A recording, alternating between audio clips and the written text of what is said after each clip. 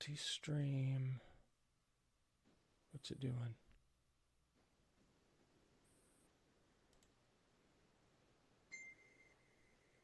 Oh, yes, it looks like it's working. It says go live.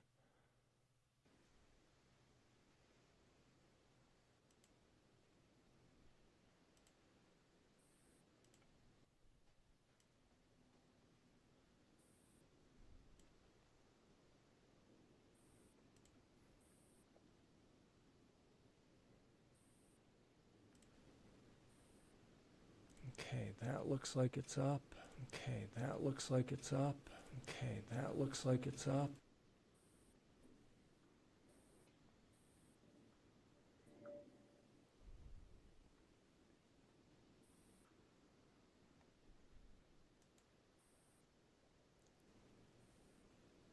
Okay, that looks like it's up.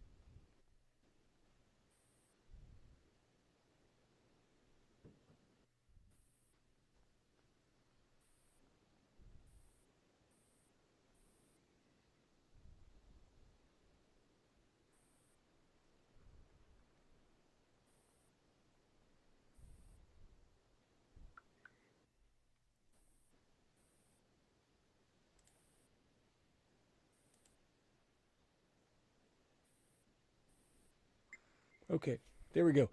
Took a minute to find where the screen was. Welcome.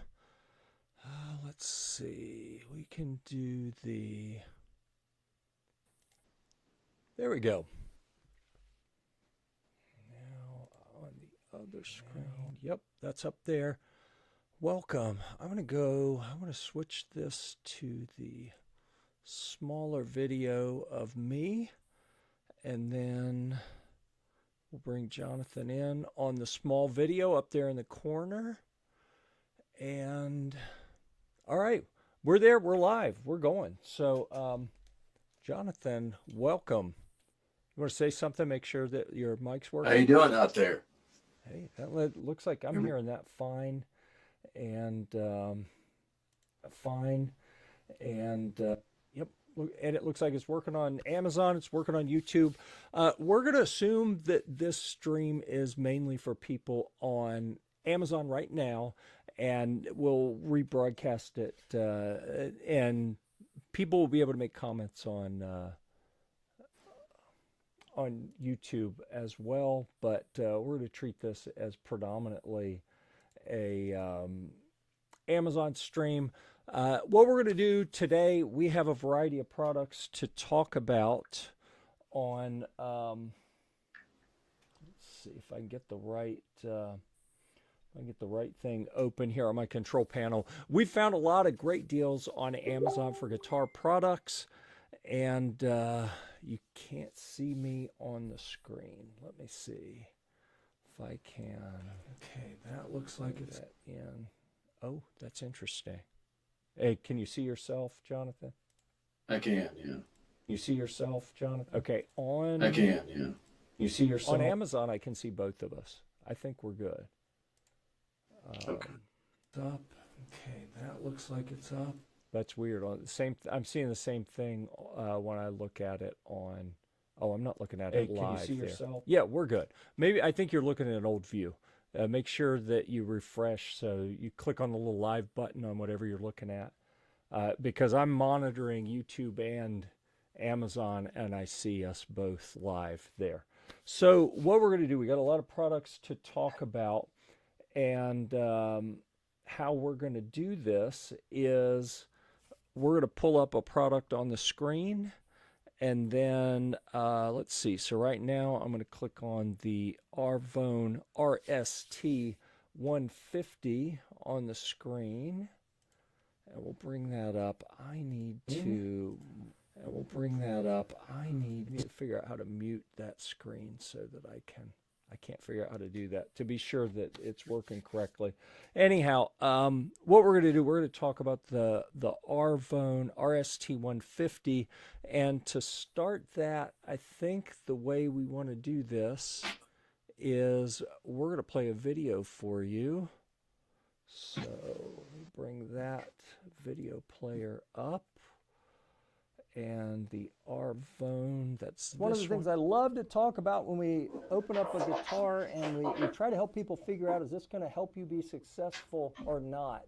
This is kind of a generic Stratocaster, an HSS, meaning it has a humbucker and 2 single coils instead of 3 single coils like a traditional Stratocaster. Everything else about it is fairly traditional. It has a maybe slightly heavier ash body that looks really nice, and an HPL fretboard, the high pressure laminate, but otherwise it, just a pretty typical Strat. So what's my favorite feature? I'm going to go with the overall condition that it arrived in. With a beginner-centric guitar, with a guitar that is marketed to people as a beginner guitar, you want the saddles to be kind of low here so that you have a low string height without the frets buzzing, because it's easier to play with a lower action than a super high action. Most cheap beginner guitars will ship with a super high action because it is less likely that the strings are going to buzz. So they just kind of cheap out and say, well, instead of dialing it in and doing a setup on it, we're just going to ship it with a high action. Well, they've actually dialed this in pretty well. All I did with this was tune it and tighten the screws in the tuners a little bit, and I was able to play, and it stayed in tune, and it sounded good, it played good. All of the different positions with the different pickups, we have a 5-way switch here, so 5 different, everything worked good, the volume, the tone, everything functioned. So that's my favorite part, is that as a beginner-centric guitar, it just worked. All right, so that was your look at the video. Now I'm going to take the screen back for a second here. Let's see, we'll get Jonathan off the screen, and we'll change me to the bigger screen here. All right, check this out. So here's what it looks like in person. It's got a matte finish, and it's an ash body, so you can see a little bit of wood grain in it. It is a typical Stratocaster, although it has 2 single coils and then a humbucker in the bottom. But the thing to really keep in mind here is it comes in a beginner kit that has all the stuff you need to get started, and it's very attractively priced. We are doing this broadcast here right between Black Friday, Cyber Monday, and they've got some really good sales going on, and that is one of them that has a really good sale. So you definitely want to check that out if you are, especially if you're a Prime member on Amazon. You get a really good deal on that.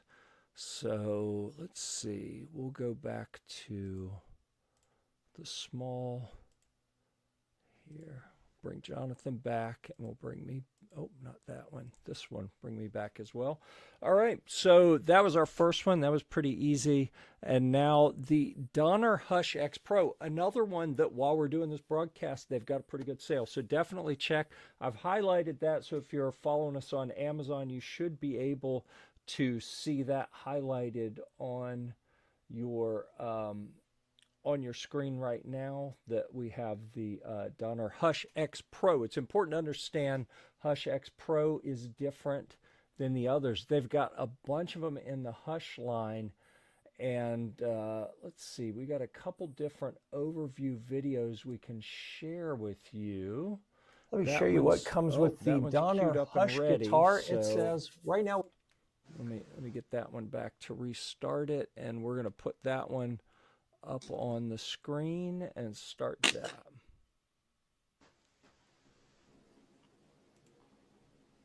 Let me show you what comes with the Donner Hush guitar. It says right now we're looking at the X Pro version. The X are the electric guitar versions. The Pro is the latest model as of filming this, and you can see it comes in a small case. So just for size reference, I have big hands, but you can see compared to a regular guitar case, this is really, really tiny. It has some nice handles up here, and then there are clips where you can attach a strap to it. I'm not sure what this is for. That looks like it would go over the top of like a roller bag or something at the airport. So in this top section, we'll unzip it, open it up, let you see what's in here. We have mesh pockets full of stuff on this side, and then the guitar, I call them the wings here on the other side. So let's see what all's in here. This is a guitar strap.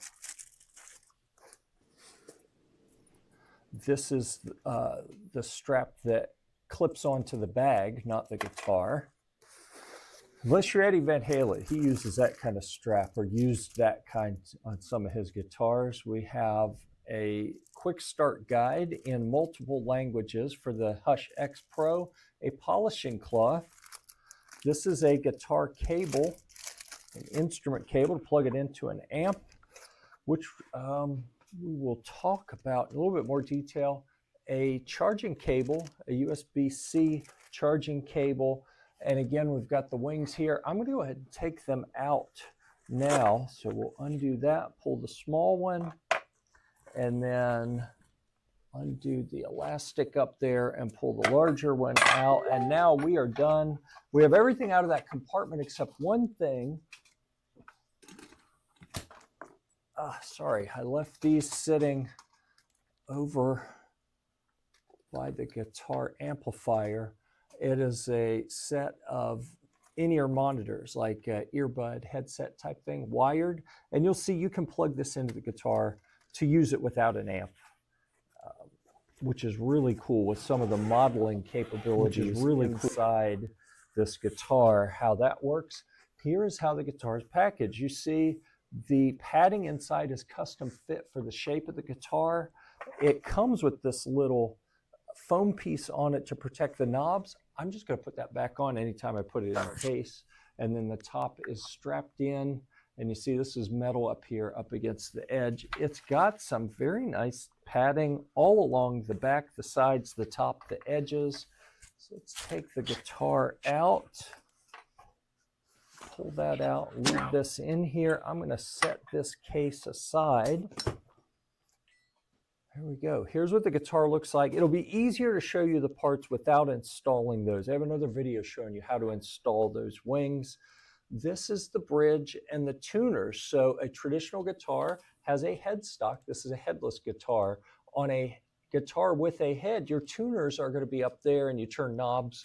Now your tuners are down here at the bottom. At the top, that's where you have these tiny little screws that hold the top of the string in place. So when you're changing strings, you'll loosen these, pull your strings out, and then complete the change from the back. Let's see, 6 saddles, because this is a 6-string guitar. They are not supposed to be in a line. They're set like this for the intonation. Your, let's see, volume and tone, your pickup selector switch. This is a multi-function knob that works with the software in here. Headphone, this is your guitar output. This is the headphone jack. USB-C where you plug it in to charge. Here in the back, it looks like a battery compartment, but it's actually where the tools are stored. Those tools are for making adjustments here or changing the strings up there. Below that, you can see the backside of the bridge. That is when you're changing your strings. You'll need this open so you can push the strings through there. Put that back in place. On this side, let's turn it around. We have the electronics module. We'll get into that a little bit later. These right here, there's one here and one on the other side, are where the wings are connected. We have a strap button on the back. That's where you're going to hook the guitar strap, and then a lower one down at the bottom. And that is what comes with it, and a quick tour of the Donner Hush X travel guitar. All right, and we're back. Well, one of us is back. It looks like looks like Jonathan has dropped off, or do I have the wrong thing here for him? Hey, I'm here. I was checking on that video. Oh yeah, I just don't see you. Okay, now you're back. Okay, yeah, the camera went black there for a moment. So all right, yeah, we're going pretty good through here on this. This is the one that we just watched, the Hush X Pro. And really what you see right here is what I like the most about it. It is a real electric guitar, as a multi-effects processor built in, which by itself is amazing, but it is just so compact how it is stored in here that it just makes it so convenient to use if you're traveling. But it's very well built. It plays very well. It's adjusted very well. Everything about it is just works really well. It is several iterations in. Oh, you got yourself turned sideways, Jonathan. Oh. Yeah, so there you go. Oh. There, now it's back the way it should be. All right, so now we will move on to our next product. Did you play the Donner? Did you play any of the Hush series guitars?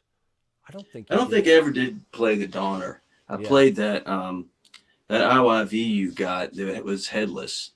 Played well. It was a good guitar for travel, I thought. I did see you put them together though, and I heard you play it. It sounded pretty good. It was neat how you could hook the stand into the guitar, and how it had some of the apps for the different sounds that were built into it. That was pretty cool. Yeah.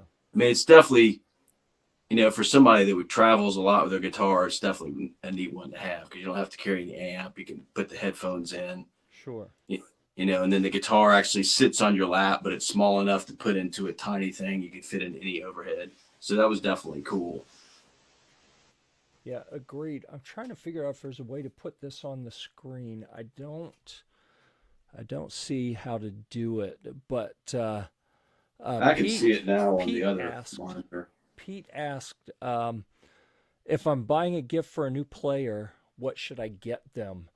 And that's a bit of a loaded question. I'm gonna let you think on that for a second. I'm gonna say that my answer to that is to start with them, like ask them what they want, but follow along. Like we've got a variety of products on this live. So if you're watching through Amazon, on Amazon Live, depending on how your screen's set up, there will be a bar vertically or horizontally that has all the products that we're talking about. And as we talk about them, we'll highlight them. So you can scroll through the list of products. We're going to talk about that. There are a lot of really good gift ideas in there from guitars. Like if you want to get someone an instrument, really, it depends on who you're buying for. I'm pretty picky. If you just buy me something, I'm probably going to be like, well, but I would have got this other one. I know people that it doesn't matter what you give them, they're going to love it. So, well, I actually think that the first one that pops in my head is that PRS IYV, the one with the Tree of Life on it. Yeah. Great playing guitar. Oh, I don't think I added that to our list to discuss today. I'm scrolling to see if I can find it. Oh, I didn't. I don't think I And that's true. Much. You know, different people like different ones, but if you're a beginner, it's hard to say what they like better about a Gibson versus a Strat, right? And that one's pretty versatile. Yeah. We do have a number of IYVs, a few IYVs we're going to talk about today. but not that one. So, but yeah, there are a lot of good options. We'll show you some that we think are pretty good. Jonathan's brought some a little higher end ones that we're going to look at in a bit. I've got some lower end, like this Donner that we're talking about now. It's still relatively inexpensive as far as guitars go. I mean, guitars, if we're just looking at guitars out in the world, they can be hundreds of thousands of dollars, or you can go on Amazon and find a perfectly playable guitar for $100 or even less sometimes.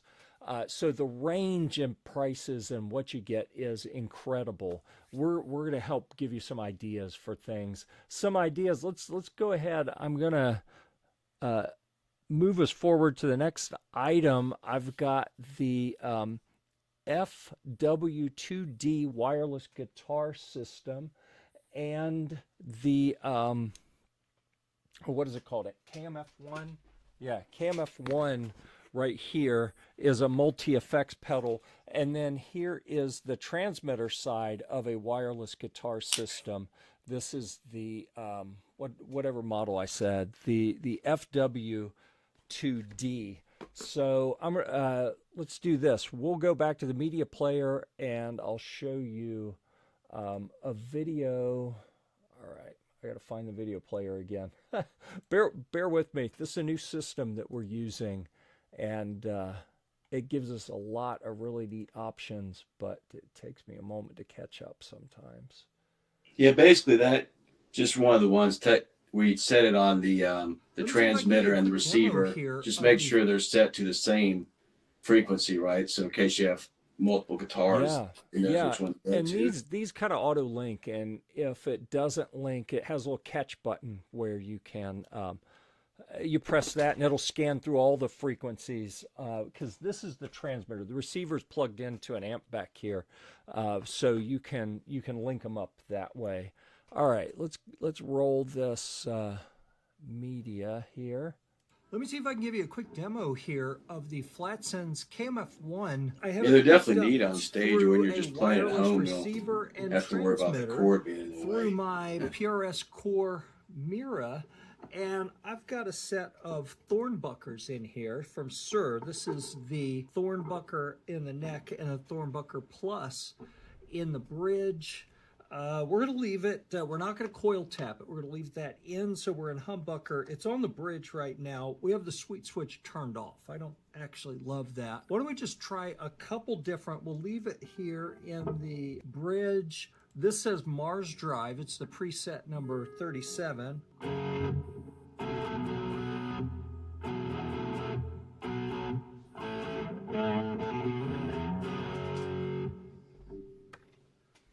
Mars Clean. Ooh, that is a lot of treble. We'll go up to the neck for this one.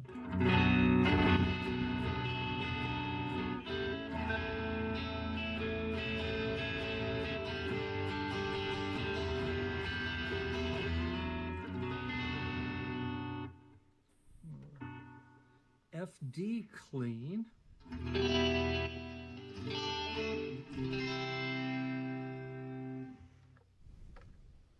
Sultan Swing.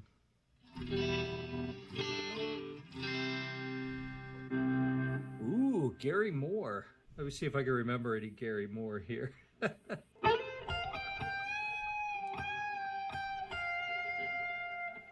Actually, that's pretty serviceable, I think. Corey Funk.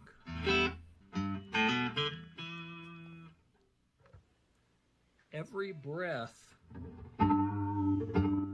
Oh, interesting. It's got a neat echo.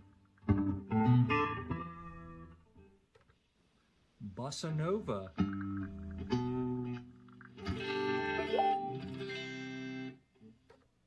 Creep. Ooh, that one's heavy. Let's put that on the bridge.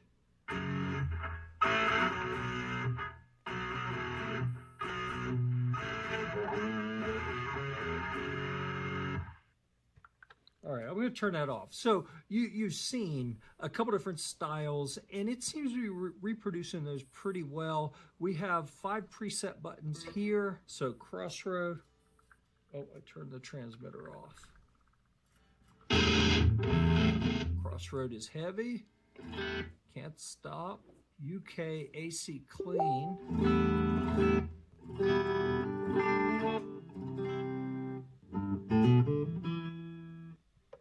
Wake me up. That's a pretty heavy one. Wave.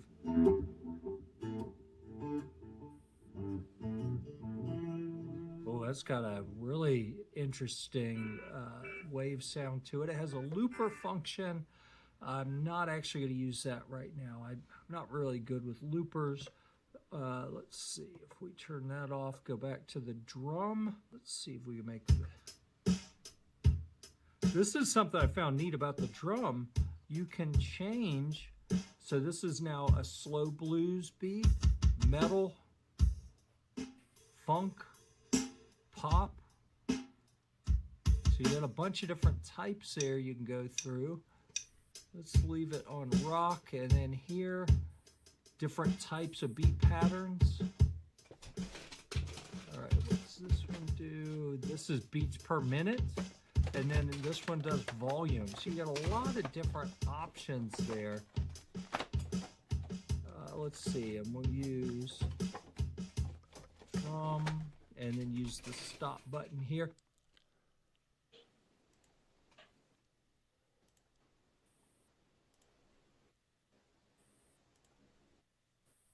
All right, and we're back. So hopefully that gave you a good idea how that KMF1 works. I think it's a really neat pedal. I say pedal, multi-effects processor, and a good option, like if you're looking for a gift for someone, because it's very compact. It does a whole lot of tones and sounds, and it has that...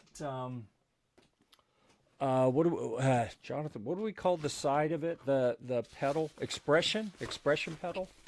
Oh, the one where you can adjust how much of the, like for a wah-wah or a volume. Yeah, this you want one to over adjust how here. much.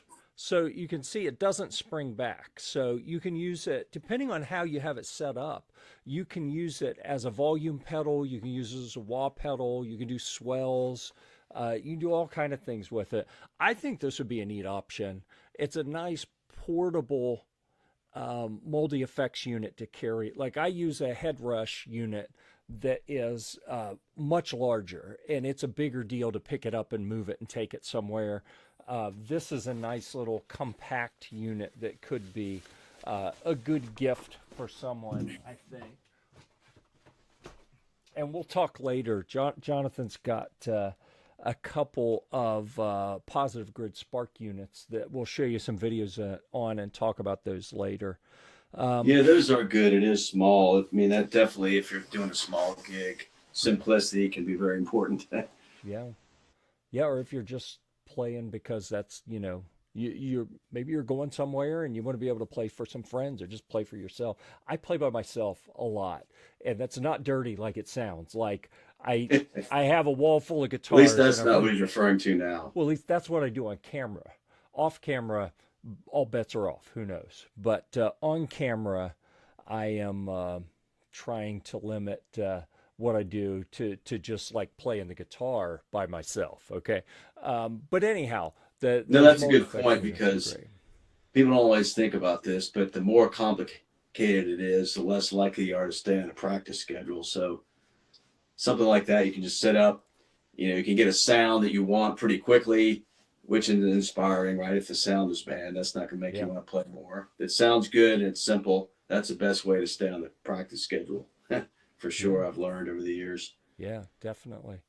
All right, I'm going to change to the next product. This one is going to be real quick, and I'll tell you, I've already got some pushback from some people about, like, tell us if these are any good or not. It is so if you're on Amazon following along, you'll see I incremented the product down to the Lakato guitar strings, and they have been on and off a sale lately, so definitely go check what the current price is whenever you're watching this. Here's what they look like in the package. These are the 9s. You can see the super lights, 9 to 42. So that means the 9s are going to be the smaller diameter for your high E string, because assuming we're in standard E tuning, you know, high E and low E are going to be the 9 and the 42 diameter.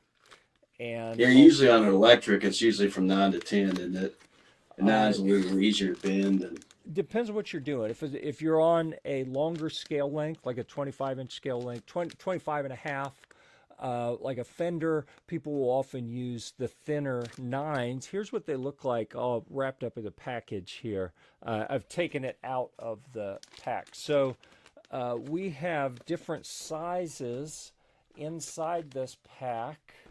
I was going to show you here. It's on the back, and I don't think we can get good enough resolution to see that. But it's in a sealed pack for corrosion prevention. So you open it up. Each one of them is actually labeled with numbers. They have little tags on them.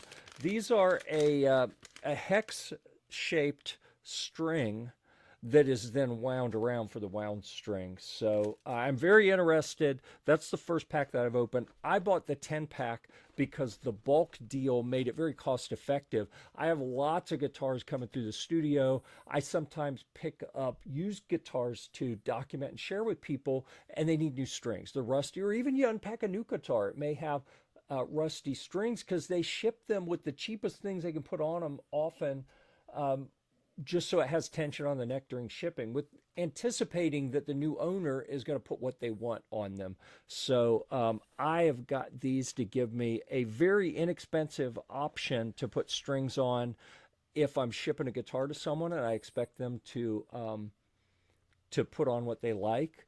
You know, like the cost-wise, these are I do 2 or 3 packs of these for 1 pack of Ernie Ball strings or D'Addario strings or something like that. You know, I may want to put some Ernie Ball slinkies on, but I don't want to do that if I'm shipping a guitar to someone who I know is going to, like, I don't know what they're going to put on, but I'll just put the cheap strings on. Or Well, it's probably good too if you're getting a budget guitar, right? You don't want to get super expensive strings, but you might want to get one of those that's better than what comes on them. Yeah. What are your preferred strings? What do you like? Usually I use D'Addario. Yeah. Yep. That's I just put a set of those on something. Oh, it's not within arm's reach. I can't show you. The Gibson Robot Les Paul I just put. That is a cool guitar. I like it. And I've got the pack. I was going to show you some of the XL. Aren't those D'Addario XL strings? Yeah, that's one of the ones they make, yeah. And I use those for bass and guitar normally. I've used others, but that's usually my go-to.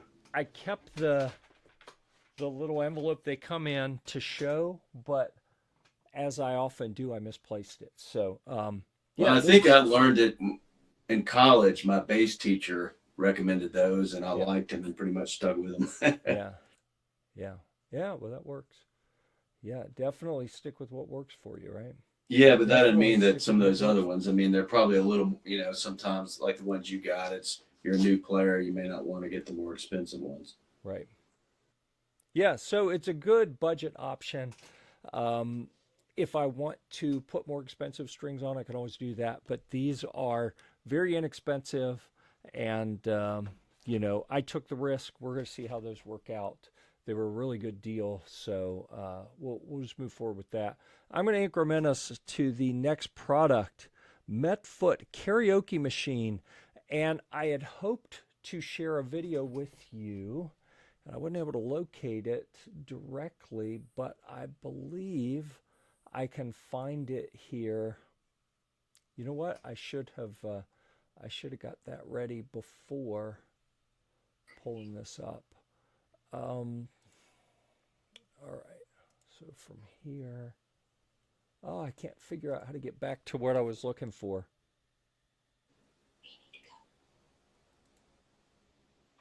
All right. One more. There we go. So this is called Metfoot. So let me bring that up, and I'm going to pull a video up for you to watch. Bring that, and now I need to get the right screen up here. So I'm going to take both of us off, and we'll let you watch this video. There we go. Super cool thing about this little USB battery powered karaoke machine, it does have 2 wireless microphones that you can use, but it also has a guitar input on the back. So I'll tell you what I'm going to do.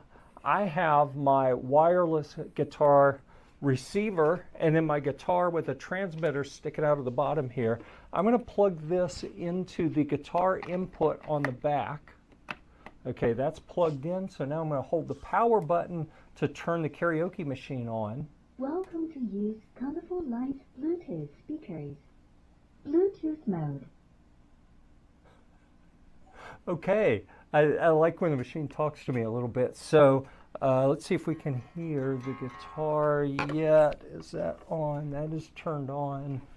That is, I think it's plugged in the right one. Oh, here's the problem. The guitar volume slider. This is guitar volume, guitar tone, and guitar echo, the 3 controls for guitar. I have the volume all the way down, so let's put that up about halfway and see what happens.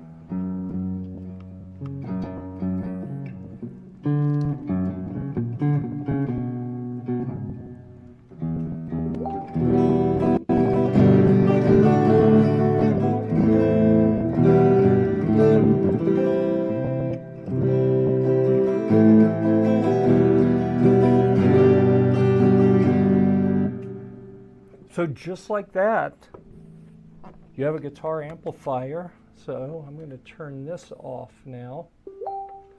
And if I wanted to have the microphone and the guitar on at the same time, all I have to do is turn them both on at the same time. I can mount my microphone. I can sing while I'm playing the guitar, but you don't want to hear that. So go watch the other video and I'll show you how to use the microphone.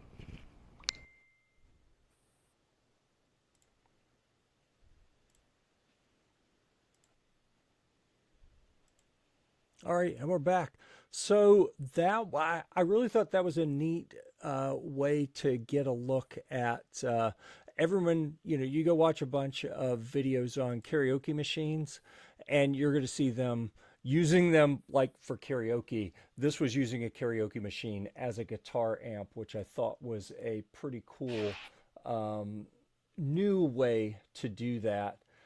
I can show you another video where it is being used as a karaoke machine, if you like. That one's a little bit longer. Jonathan, how much longer did you have before you need to go? Well, I didn't realize how late it got. Did you want me to kind of show the Strat, or should we kind of reconvene later? Well, it's up to you. If you have time to show anything, tell me which one you want to talk about, and we'll jump ahead in the schedule and get straight to that. And if you don't have time, that's fine. We'll just revisit it at some other time. Yeah, why don't we go ahead and try to show the Strat? Okay, so I'm going to bring up the if you're following along on Amazon, the Fender is the one that we have tagged. That is it Fender Limited Edition Player 2 Series Stratocaster? Is that the one? It's the Player 2 HHS. Yeah. Awesome. Yeah. So it has the I really liked it because they really made it a lot better than the original Player series. It's one of the made in Mexico ones, and I played it back to back with the AM Pro 2. And although I liked the AM Pro a little better, I didn't really think that it was as much better as what the price was. Right. Mainly, it had a little bit better pickups, but this one really has a really good feel. It has the tremolo, and it seems to stay in tune pretty well. Right. I mean, on the cheaper guitars, I almost think that it's better to get a well, this isn't on the really budget ones. I think it's better to get the what do you call it? The hardtail. Hardtail, yeah. Yeah. But on this one, it works pretty well. This is like I don't know, what would you call this level guitar? I mean, it's definitely not a budget guitar, but it's not a real expensive either. For Fender, Fender starts out with their Squiers the separate brand Squier, they call it Fender by Squier now, right? So on the Squier side, they start with the debut series, which I should have added a debut series to this broadcast to tell people, because that's a great deal. It's available on Amazon right now. The debut Strats, and then you go up to the Sonic, and then the regular, and then the Affinity, and then the Classic Vibe, and then you move up into the Fender Player limited edition. Player 2, I think, is a step or two up. So if we're looking like hierarchy wise, we're like 6 or 8 steps up the ladder, even though, I'm not sure how far it goes with the players before then you move into the USA models. But, Right. Yeah. I think you have the standard, then the professional too. If I remember correctly, right? Yeah. So you're several layers up. In each layer, you should be getting a little bit of improvement in the hardware, the attention to detail, how well it was set up, how much time they put into all of the details, right? Yeah, I feel like it's funny how um, they have more attention to detail, and I feel like that sometimes how much you go up versus the price varies. Sometimes it seems more worth it than others, Yeah, absolutely. But I think this is a guitar you could probably keep forever, even if you're playing Sure. gigs. It's not one you're going to buy and want to get rid of. Who would you say that is? Who would you say that's for? Like, if you had to pick the ideal person for that level of the Player 2 series of the Stratocasters, Telecasters, the for those Fenders, who do you think that's kind of aimed at? Probably the people that are doing the local gigs, I think, Yeah, um, makes sense. that want to, it's not too expensive, but it's quality, but you don't have to worry quite as much about it. Right. And I think anybody would enjoy playing it. I mean, one thing that I've heard people do, I think Rhett, what's his name, suggested is he would maybe get one of these and for a gig upgrade to the AM Pro pickups.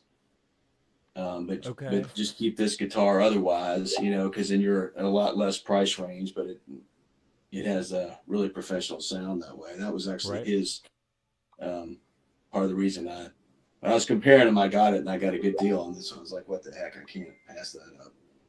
Right.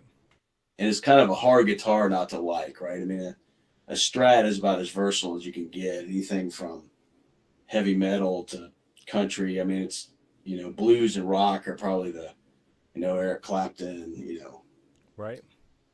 Does that one Jimi have, Hendrix. does your humbucker split? This one, I think you can do the split on this, and that's a good point. I forgot You have a about push that. I think it's pull kind or of neat that switch it or has a something? humbucker and 2 Yeah. singles. If people don't know that, the humbucker, the singles were known to hum, so humbucker was their way of getting rid of the hum. Right. Cool. But it's pretty flexible. You have the bridge setting, and then all the settings. So it's a 5-way switch there, right? So you Yeah, get 5-way switch. so you get each of the pickups plus the in between kind of out of phase sounds as well, right? Correct. Yeah, and then you have the volume, and then 2 tones. Yeah. Awesome. Okay. You can get them a lot of different colors and all. So do you have time to grab the telly real quick, or do you need to go? Sure, yeah, I can show that real quick. Yeah. All right. I'm going to increment that on the Amazon size. Amazon side. Oh, look at that. So we've got Bullets for Bucks has joined us as well. Leaving a few comments on Amazon side. We appreciate you, brother. And let's see here. So the Amazon side. Oh, look at that. All right. The Fender American Professional. Let me get the right one up on my screen here so I can tell you about it. He's grabbing the Fender American Professional 2 Telecaster. So the Player series are the made in Mexico. That's what that Player 2 Strat was. This is the American-made version of a Telecaster, a little bit different guitar, but the Strat versus the Tele. But this one is the Made in USA version. I know Yes, you you can love tell your it's Teles. yeah. Well, it's funny because being a Tele, it only has 2 pickups, so it's not quite as versatile. But in that sense, but Teles are also played by everybody, and there's always that debate: should you get a Strat or should you get a Tele? You know, Right. and nobody's ever won the argument because there's advantages and disadvantages to both, I think. I've heard some very accomplished musicians say that all you need is a Telecaster. And I would agree. I mean, even like John Five plays his version of a Telecaster, right? A modern guy. right. They're thought of kind of by a lot of people as blues or even country players, but there are Sure. plenty of rock players that play them. I mean, nobody's ever going to say, "Oh, why did I buy a Telecaster?" I mean, you might want different guitar. I mean, people that play a lot usually want different one for different purposes. But if there's one it's almost like having a Ford Chevy pickup, Right. you're going to need it at some point if you play. And this is significantly more money than well, I mean, like you can get the Player Series Tele and Strat, or you can get the AM Pro Tele or Strat, right? So I happen to have one of each. Right. It just happened that I got a real good deal, and the Player 2 Series was a lot better than the old Player Series. It was a similar price. So it was just a coincidence. I got one professional and one player. But, this is, you can tell it's a little bit smoother, I mean, if you're just new to guitar, you're probably not going to tell the difference, honestly. But there definitely are some advantages, and the American pride thing is kind of a thing for me. So it's kind of cool just knowing it's made in America. But Well, so yeah. so that's a Fender. Paul Yeah. Reed Smith likes to talk about, he wants to produce a quality guitar, and it doesn't matter where it's made. Now, it may matter for political, for emotional, for economic reasons, why you want to have one that is made in certain places, whether you want an American or you don't want an American one. I mean, everyone has, the potential to have different feelings on that. But there's also the theory that, what happened? There we go. There's the theory that when you're paying more for the USA guitars, there's a little bit more pride and workmanship. They put a little more time and effort into it. Like the more money you're spending, the more money they have available to put into that time and effort to make sure everything is just right. Yeah, I would agree with that. It's kind of, you hear one person say you get what you pay for and you have to get a good expensive guitar to make it good. And other people say none of it matters. Well, which is true? Well, they both can be true, right? It's not consistent like that, right? Yeah. So there are plenty of guitars that are cheap and good, and there are plenty of expensive guitars that aren't worth the money. If you were to take a percentage, probably, obviously, there are more guitars that are better, that are more expensive, right? But that doesn't mean that that's the one you'll get. So, Well, you certainly hope that the people paying more are getting more. That more often than not, paying more is going to get you a good one. So, I mean, the good thing if you order on Amazon, if it shows up and it has an issue, they got a really good return policy. I never want to encourage someone to frivolously return something. Like, well, I'll get it, I'll try it, and I'll send it back if I don't like it.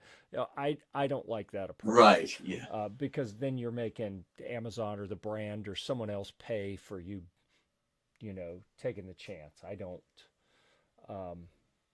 necessarily. Right. Yeah. love You that. want that. That should be your insurance policy, right? You Yeah. shouldn't be like, I have no idea what this is. I may not like it. I'll send it back. Yeah. Bad idea, right? Yeah, But still do your if you know research. that you like a Stratocaster and you like the AM Pro and you happen to get one of the ones that's not up to spec, then you can send that one back Yeah. without having just to get rid of the worry, and that's the way you think of it, Jeff.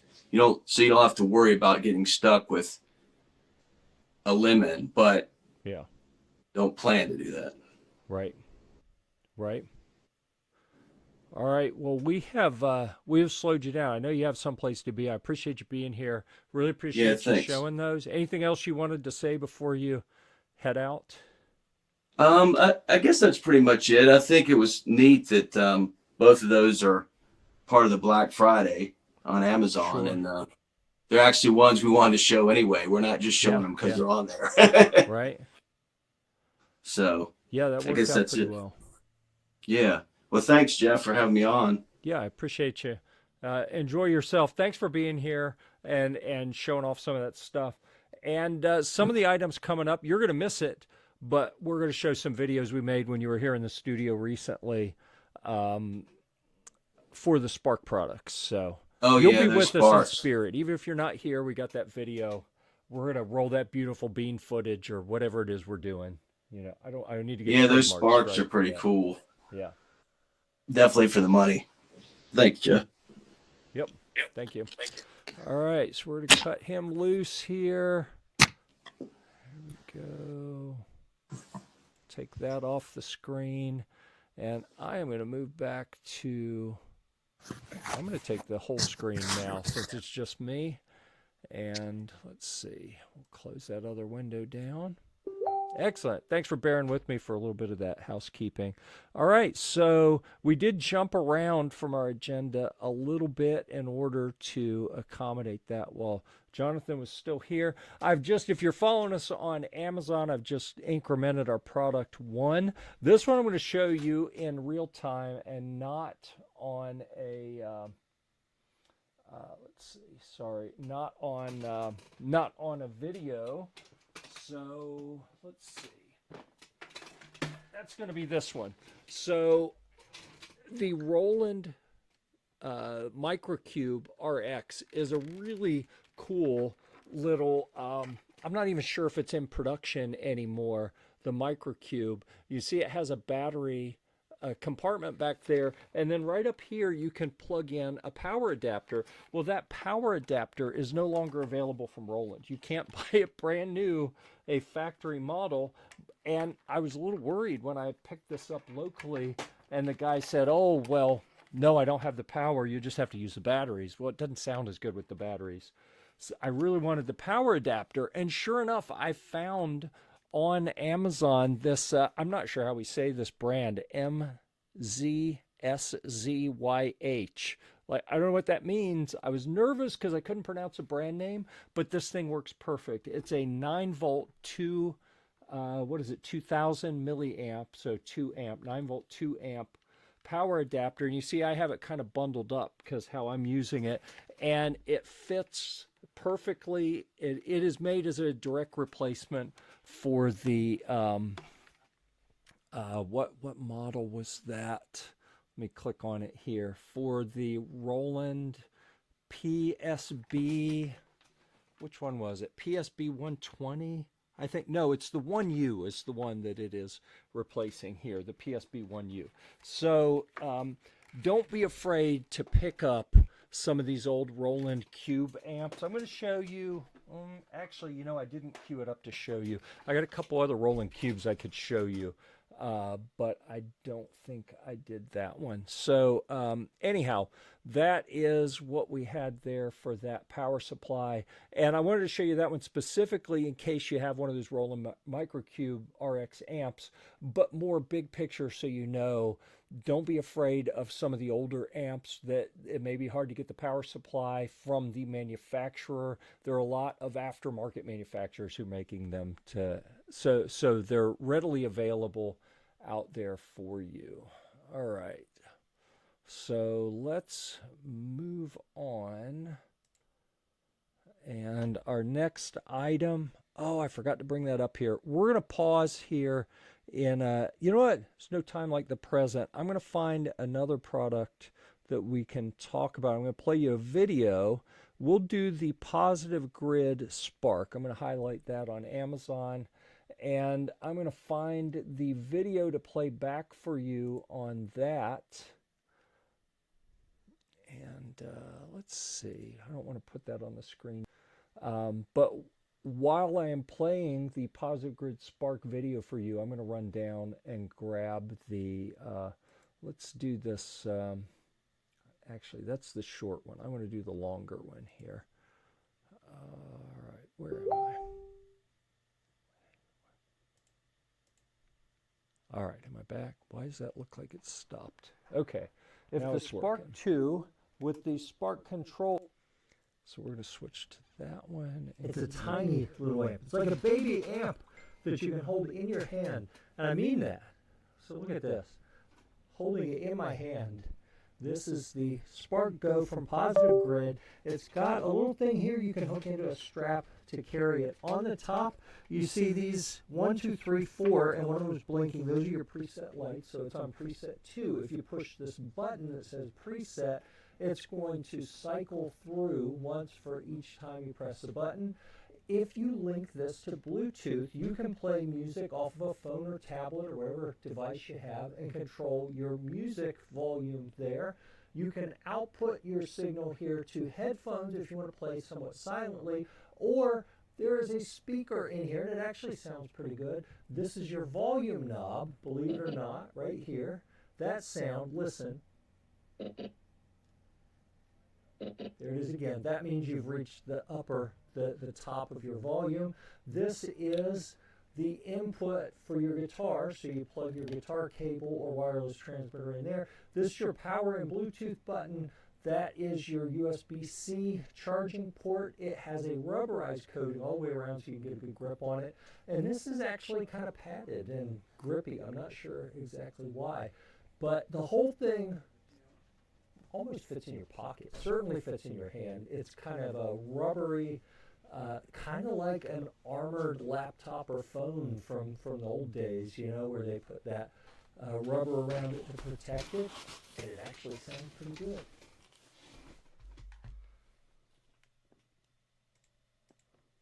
All right, that worked out just right timing-wise.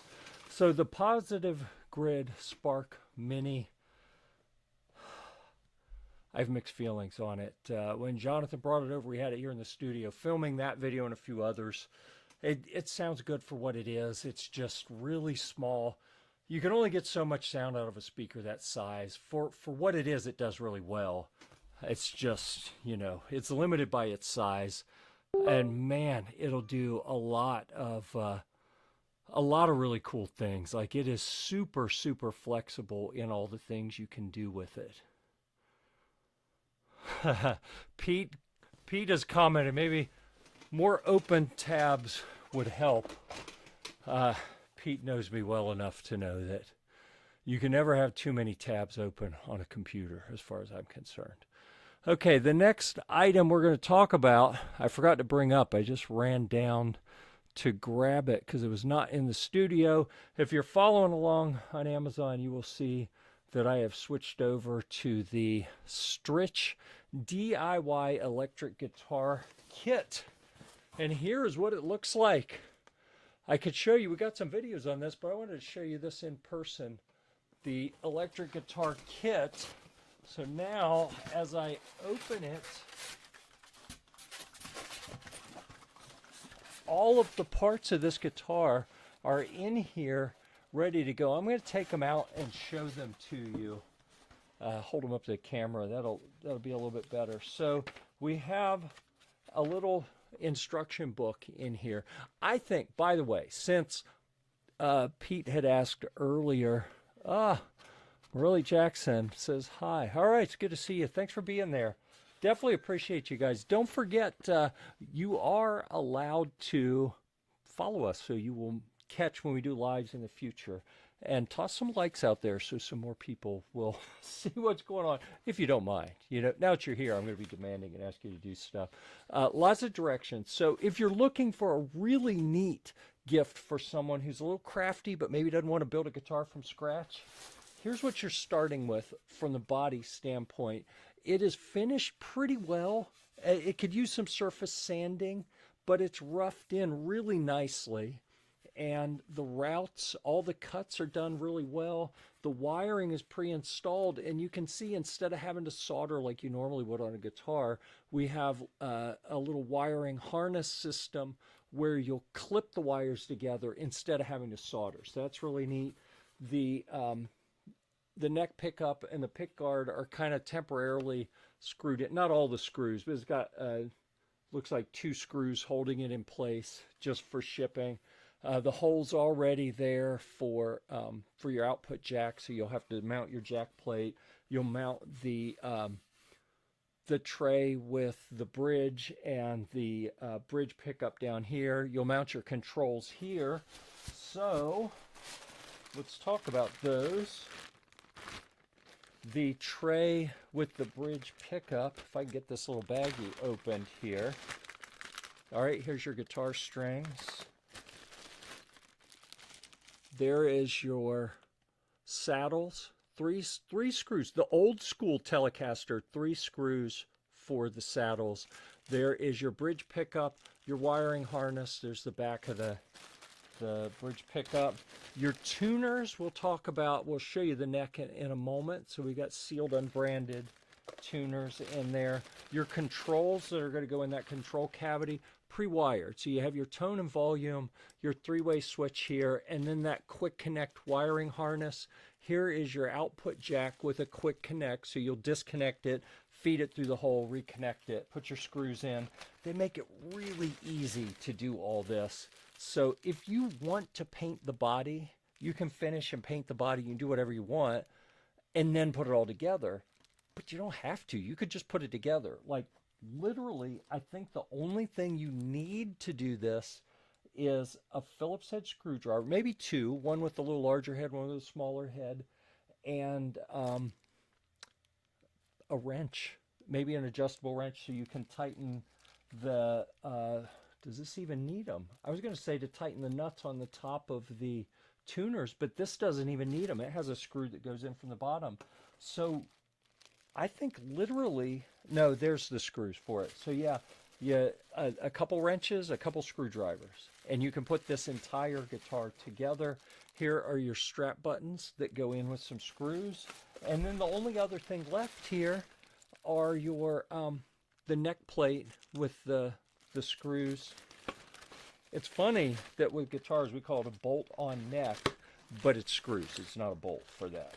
So I'm going to put all these away, and it comes with a string winder to make it easier installing the strings. I said you'll have to have something to run those nuts down. Well, it even has the wrench for that. There's a couple little Allen wrenches in here for adjusting the action and the truss rod, a guitar cable. I think the only thing I haven't seen, and maybe I'm overlooking it, the only thing I haven't seen is a Phillips head screwdriver. And then here's what the neck looks like. Shipped in some foam. The whole thing is in a big styrofoam package to protect it. Look at that. This looks to me like maybe HPL, I'm not sure. The high pressure laminate. I'm not sure that's a natural wood. It looks like one of those engineered woods, but who knows? Maybe it's just something with a really consistent grain pattern. And then those are really large frets, pretty tall nut. You got room, you can slot that down where you need it. Generic looking headstock, so you don't have to worry about that. Here's your truss rod adjustment hole right up in there. So it's in the top. You don't have to take the neck off to do that. Your holes are already pre-drilled. You don't even have to drill the holes in the neck.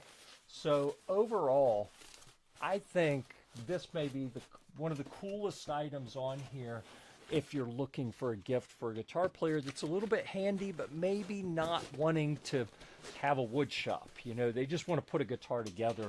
They don't want to get the router and the saw and everything and do all of that work. I think that is a really, really cool way to give them something to have fun with. So, all right, and that is from Stritch again. They have different ones. That one is the Telecaster. They have a Stratocaster. I think there are 4. Let me click on that and look over here. That one is a Telecaster. They have the Fire style, which I'm not even sure what that's supposed to be. They have the LP style, is like a Les Paul, and going to say that looks like a set neck, but it is a bolt-on neck. And then the Stratocaster style. So 4 different types you can get, all of them with bolt-on necks, all of them made to be as easy to put together as possible. I think that is probably the coolest option of all the things we have on here for a neat little gift on that you can give someone. Okay, so let's move on and see what the next product is on our list. We already did the Fender American Pro. We did the Fender Player 2. Ooh, Ulamac Aroma guitar amplifier. I'm not even sure if I'm saying that right, but if you're following us on Amazon for this, you'll see that I've incremented it to a little amp. So let me show you that amp, if I can figure out where I put it. Oh, there it is. Here we go. So you can see that this is a fairly small little amp. I mean, I have big hands, but it sits on my hand. It's kind of small. It has a power adapter that you plug in, and it plugs in the back. So it's running on 12 volt, 1.5 amp on this little power adapter. Your on-off switch is back here. Up on top, we have a Bluetooth button, so you can turn on or off Bluetooth, so you can play with some backing music. You can play something like off your phone, you Bluetooth connect to this. This becomes your Bluetooth speaker, and now you can play whatever song you like and then play along with it. So you have a volume here, volume, treble, bass. Your EQ is just your treble and bass adjustment. And then we have gain, so you can turn up or down as you like, and then a clean or distortion button. We have your input here. So this becomes fairly basic. It does have Bluetooth, but for the size, it actually sounds decent. It's not my favorite amp ever in this size range, but for the money, my favorite amp in this price range cost a whole lot, like multiple times what this costs. For the money, this is a pretty decent option. We got a couple others we can talk about that are similar price, similar sound, different feature set, depending on what you like. But I do like that one. All right, let's see here. The next item, we already looked at that Positive Grid Spark. That was the next on the agenda. That's pretty cool. The Positive Grid Spark, the mini one. So why don't we talk about the Flatsense FBA 10, and let me verify. I believe I have a video for us to watch on that one. Yes, I do. All right. Buckle up, we're doing it. We'll get that up and ready, and now switch over to the media player for you. Buckle up, we're doing a full tour of the Flatsense FBA 10. This is a small, portable, battery-powered guitar amplifier with a built-in Bluetooth connection, so you can use it as a Bluetooth speaker. And it also has on this volume control, this controls your Bluetooth volume, and also if you choose to plug something into the aux port in the back, then that works for that as well. It has gain and tone and volume. Volume is also your on-off switch, okay? Off is counterclockwise. We'll turn it to pointed straight up. Green with this sticking up is clean. That is the drive setting. On the back, the USB-C port for charging, a headphone out jack, and then your auxiliary in. It's small. I mean, kind of fits in my hand. Got a little bit of weight to it. This is your input right here, and I have the Flatsense wireless system plugged in. It's already linked. We're using an IYV guitar. Here is the transmitter. Let's walk through real quick. We're not going to do anything with Bluetooth. Gain is turned all the way down. I'm going to strum and then turn it up. That's really super thin. Now that's pointing straight up. And then we'll go all the way. All right, we'll set that back at straight up, do the same thing with tone. We'll start with tone straight up in the middle. And now all the way down. So that cuts some of the high end. Now, ooh, and that's very bright. We'll set that straight up and down. Volume was already straight up and down. Let's go all the way up. All right, and then we'll turn the gain all the way up on the clean channel. All right, so we're starting to push things a little bit there. Turn the gain down, turn our volume so they're both straight up, and then turn the drive channel on. The tone all the way up, tone all the way down. Yeah, that makes a big difference. All right, get straight up. Now we'll play with the gain.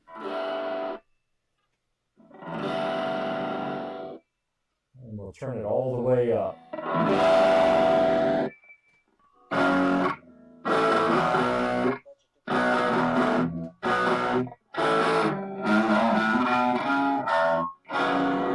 I've tried a lot of guitar amplifiers in this size range. Most of them sound really cheap, hollow, and thin. This has got more low end and mid range than I find on most of the small ones. It doesn't sound like a full size amp. It still sounds small, but it sounds a lot better than most of the small amp options it's competing with. I'm really kind of impressed, to be honest. I wasn't necessarily excited when Flatson said, hey, can we send you this to make a video? I thought, ugh, I've tried all these small amplifiers and they're never any good. This one's actually pretty good.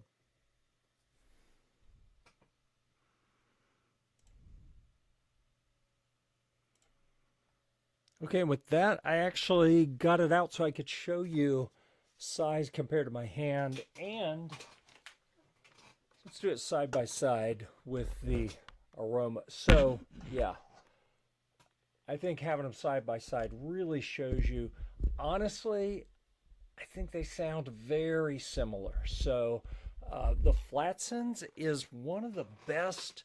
I've tried Fesley and Ewer, and I'm looking back over there. I have a stack of amps that it's like they make the plastic all in the same factory, but they put different speakers in them or something. This has the best sounding speaker of any of them in this kind of small size. I'm a big fan, really. If I were suggesting someone, like you want to get a little portable, battery-powered, Bluetooth-enabled amplifier for someone to use when they're traveling, or even just for someone to use at home, I think this is the one that is the best bang for the buck and the best value. And of course, during this Black Friday and Cyber Week, I have seen, obviously, check and see what the prices are on any given time if it's interesting to you. But I've seen some pretty good deals on that amp so far.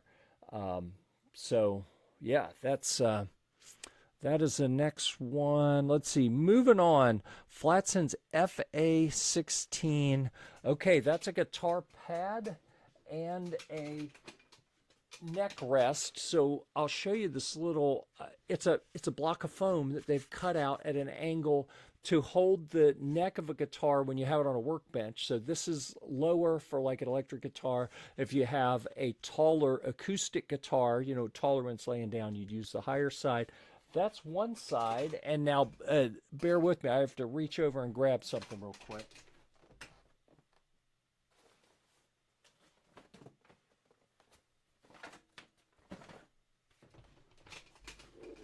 This is a rolled up work mat.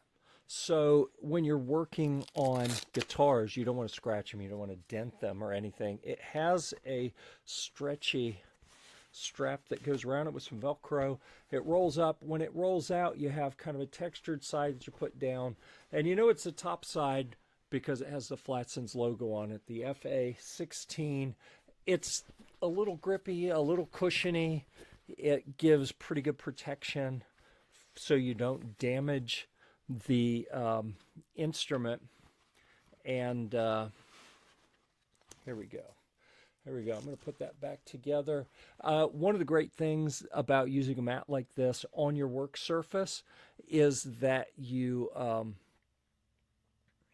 I'm sorry. I got distracted by Pete is making comments here that I'm doing too much reaching off screen. Don't they sort of reach your arm for those jobs? Yeah. and I probably should have an assistant to fetch things for me, so I could say, okay, scalpel, and put my hand out, and the assistant would hand me the item.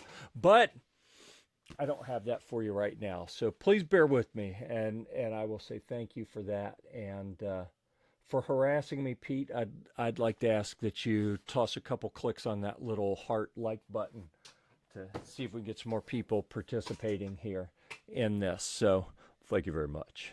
Anyhow, I think those Flatsens, the neck rest and the pad, are something, if you're going to be doing setup work or anything like that on your guitars, and I highly encourage you, if you're going to play guitar, at least learn how to do very basic string changes and basic setup adjustments. So when the temperature and humidity change and the wood moves a little bit and the guitar needs some adjustment, you don't have to take it to someone.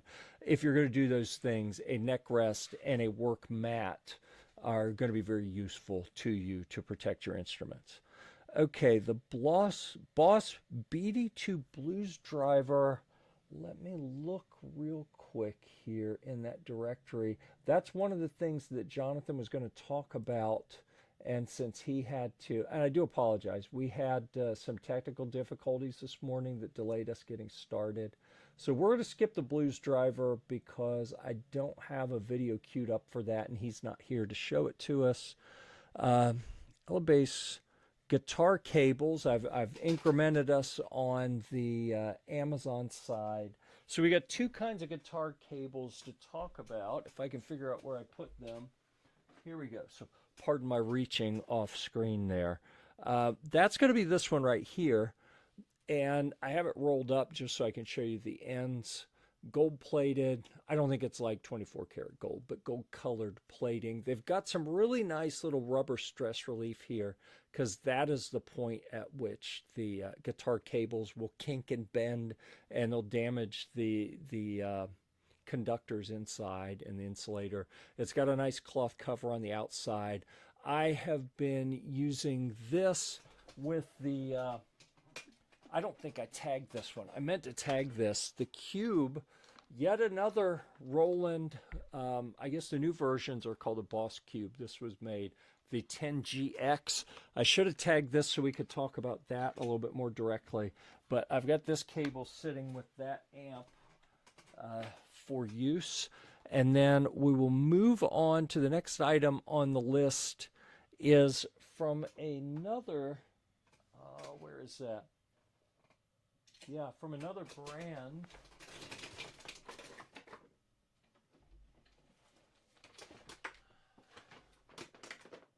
Yep, here it is. Got to make sure I had the right one. So the first set that I highlighted were straight on both ends. The cable looks very similar. Honestly, it looks identical. Everything about it looks identical, except we have a 90-degree end and we have a straight end. So depending on how you're using it, you may want two straight ends. You may want a straight and a 90-degree end. We got both options here, and both of those, if you're an Amazon Prime member, they currently have a deal. I'm not mentioning prices because this video will stick around. If I mention prices, I need to delete the video. Once the prices change, I'd rather leave this up, and just know, go check on the prices on Amazon for any of these products. If you are not watching live, like live, you'll see what's going on, and if you're watching in replay, you'll have to look at that later. Okay, so moving on, we've got the Epiphone inspired by Gibson Series ES335s. And I do not have a video for that one, but it is right here. So the story with the inspired by Gibson guitars is that, short version, Epiphone has done their best to replicate the fit, function, features, the part specs, as well as they can to their parent brand, Gibson. So if you're not familiar, Epiphone and Gibson used to be competitors, and then at some point years ago, Gibson bought the Epiphone company. They started making strings. Then they rebranded Epiphone as kind of like the second tier guitars. They've really done a lot of work in the last decade or so to raise the quality level on the Epiphone side. So they're still made offshore overseas in various places. I think, I don't remember if these are made in Indonesia. I think this one may have been made in China. Different models, they make them in different places, but the offshore models tend to be Epiphone, and then Gibson is only made in USA, for now, at least. So this, in theory, is as close as you can get to a Gibson ES335 without paying Gibson ES335 prices, because it is made overseas for Epiphone. And some of the models, this one, I think this has the Alnico Classic pickups. I have another one, the Dave Grohl model actually has Gibson USA pickups in it, even though it's an Epiphone. So if you want to up your game with Gibson guitars on a budget, maybe look for the Epiphone inspired by Gibson series that are made to be replicas. Is that what we want to call it? With as close to Gibson specs as they can do at a significantly lower price.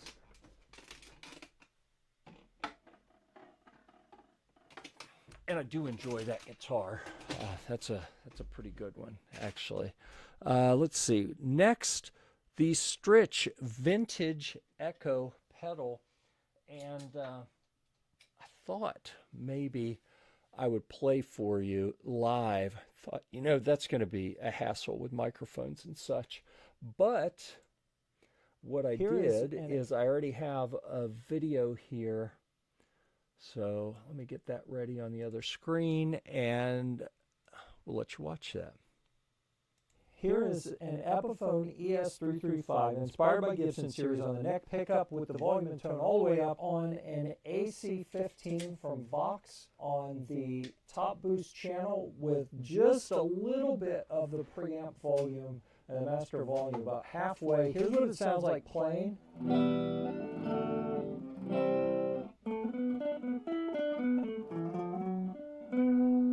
Wait till you hear this though, with echo. The time set straight up, the feedback set straight up, level set straight up. Now let's turn the echo pedal on.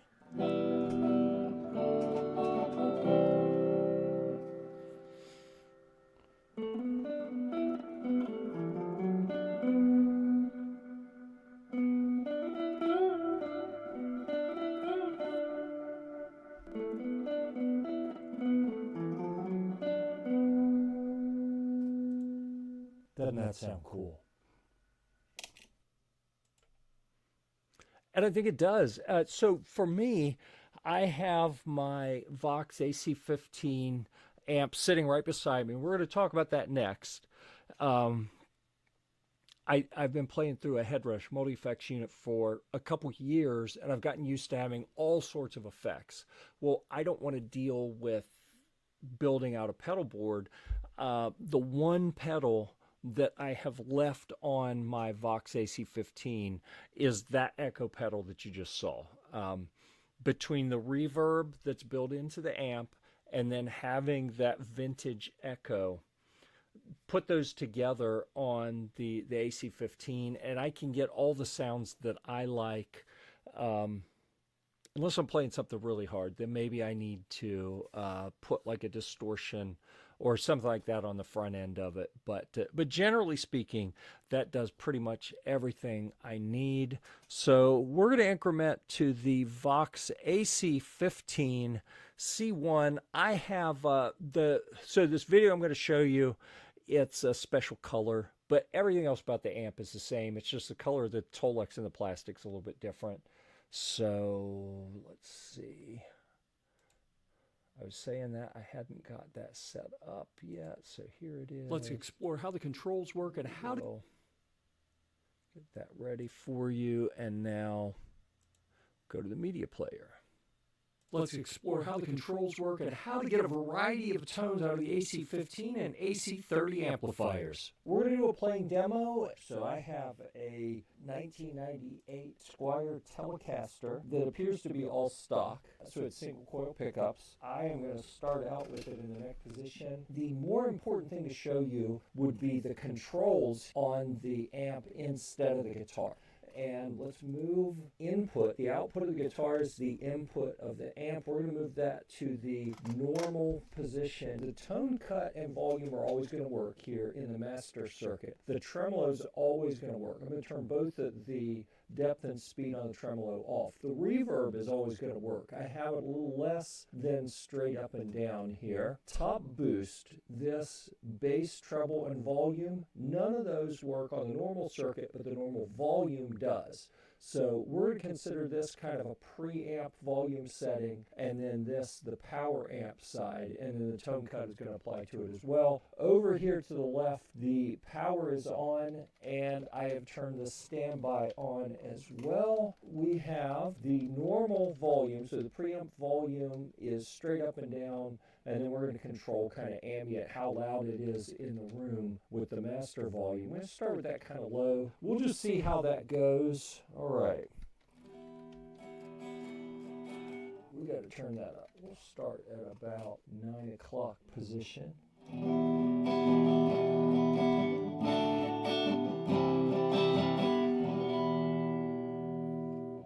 So already on normal with it straight up and down, we're getting a little bit of breakup here. Let's turn that down. We'll set that at about 9 o'clock and see what that does.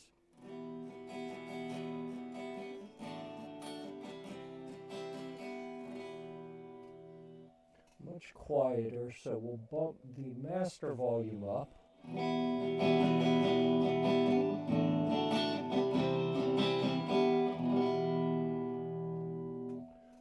So far, it's operating just how we expected.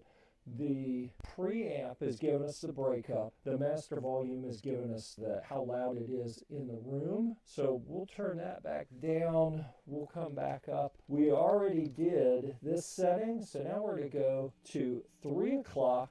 I don't know if you can hear that. We're already getting that tube hum a little bit. I think we're going to have a lot more breakup on this.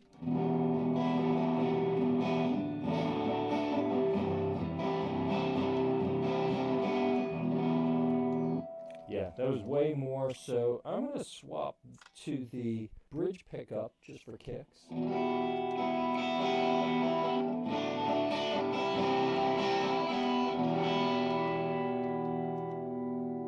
We'll go ahead and turn this up all the way just to see what it does.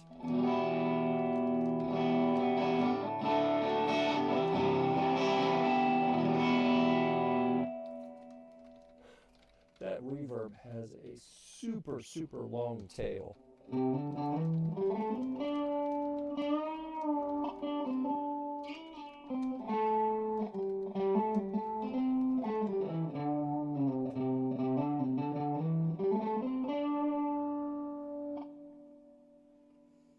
All right, single notes have actually got a lot of girth to them in this setting. So we have master volume on 12 o'clock setting, the normal volume on a 9 o'clock setting. So now I'm going to turn the tone cut up. You know what, we'll do one in the middle first. So we get a bass line here. That's the bridge. I'll put it back on the neck pickup. Okay, now we'll tone cut. We're going to cut the high frequencies, what that means.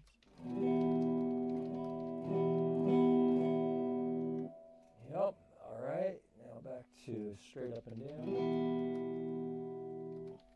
And then cutting the low frequencies.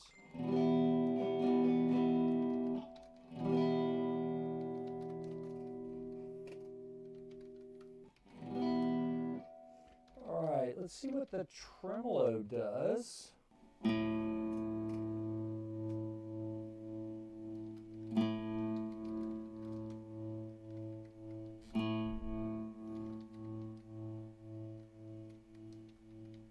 That is depth.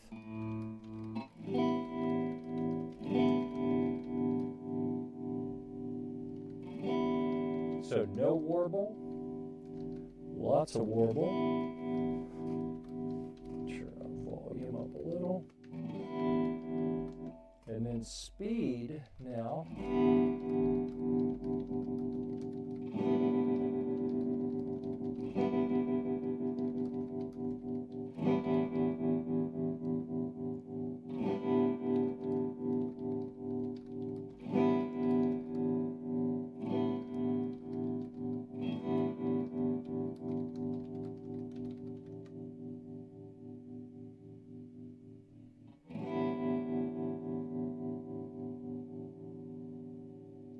Let's look at reverb. We'll set the reverb to the basically turn all the way down setting. I'm hitting a note and then immediately palm muting it so you can hear if there's any reverb tail. Let's go a quarter of the way. Oh yeah.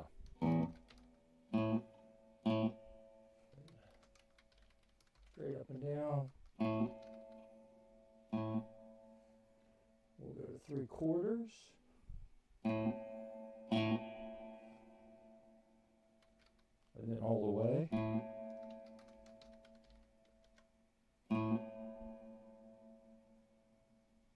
Wow, and it just keeps going. Yeah, that covers all the different options here. So now we'll move from the normal to the top boost section. Tremolo and reverb are going to be the same. We're not going to mess with that. Normal volume isn't working. This volume is. So we have master. We'll set about a 9 o'clock position. There we go. We'll set all of these straight up and down just as a starting point.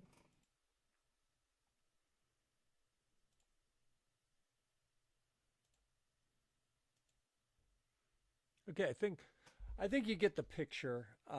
That video actually goes a couple more minutes, and it is available on the Vox AC15C1 product page. If you want to see the whole thing, go there through Amazon, and you'll be able to find that video and watch the full. It's almost a 10-minute video with lots of information about it and a few more sounds. I felt like it was getting a little bit repetitive at this point, so we're going to move on.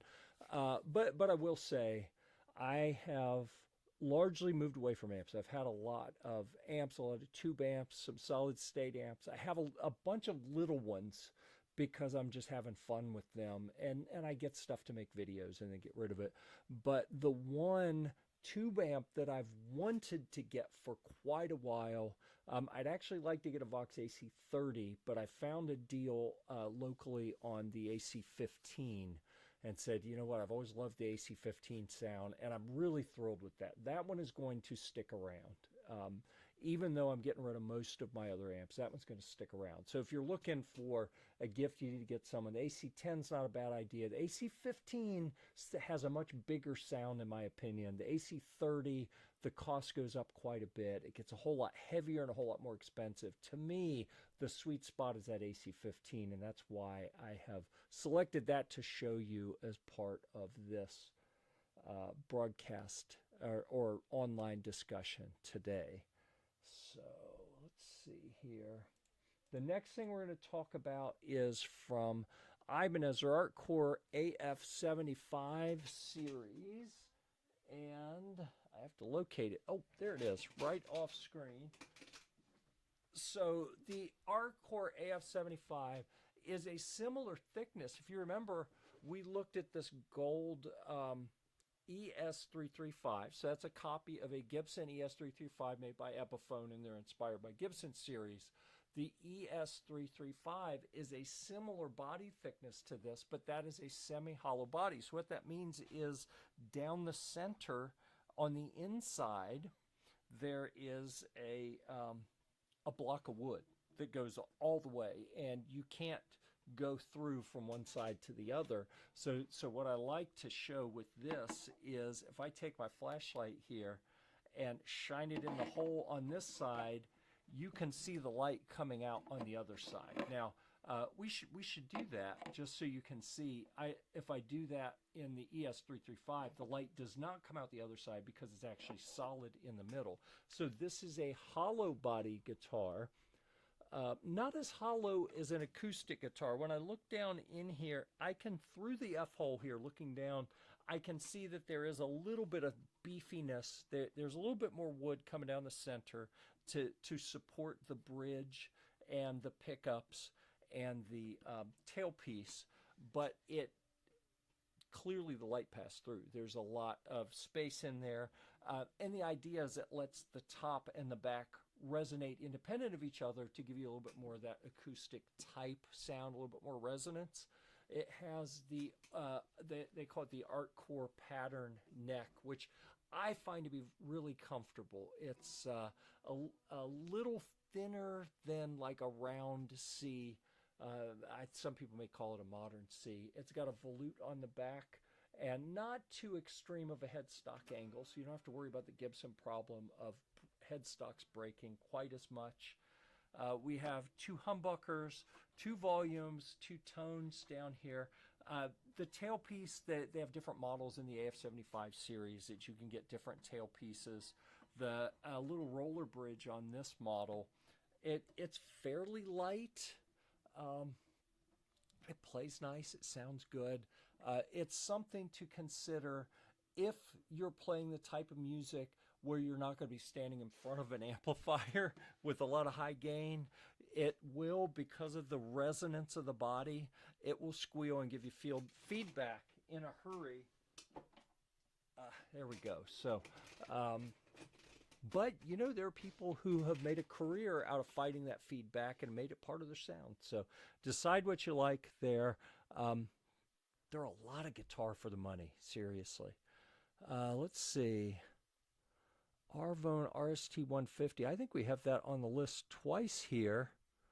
Did I really do that? Oh, I did. All right. Well, I apologize for that. Well, that means we're going to get through this one a little bit more quickly. This looks like the kit version of it. If you're following along on Amazon, then it is actually on pretty good discount right now. On Amazon, I can see the list price, and then I can see the actual price right now. I think this is a pretty good guitar. Jonathan, who was on the broadcast with us earlier, he played this and he just didn't like the feel of it. It may be the HPL, high pressure laminate fretboard, that he wasn't fond of because it's very smooth. I'm not sure. This happens to be almost 8.5 pounds, that particular one. So some people don't like them quite that heavy. I think it's a nice guitar. I like the way it plays. I like the way it sounds. Feels pretty good to me. And was this one? Okay, this one does not have ball end frets. I thought one of them we were going to talk about today had the ball end frets. I'm not sure.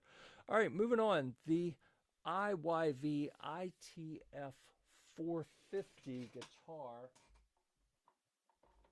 This one, last time Jonathan was here in the studio, I thought he was going to wrestle this one out of my hands and take it home. It's a semi-hollow body Telecaster style guitar with P90 pickups. It's very light. I want to say about 4.5 pounds, maybe 5 when I weighed it.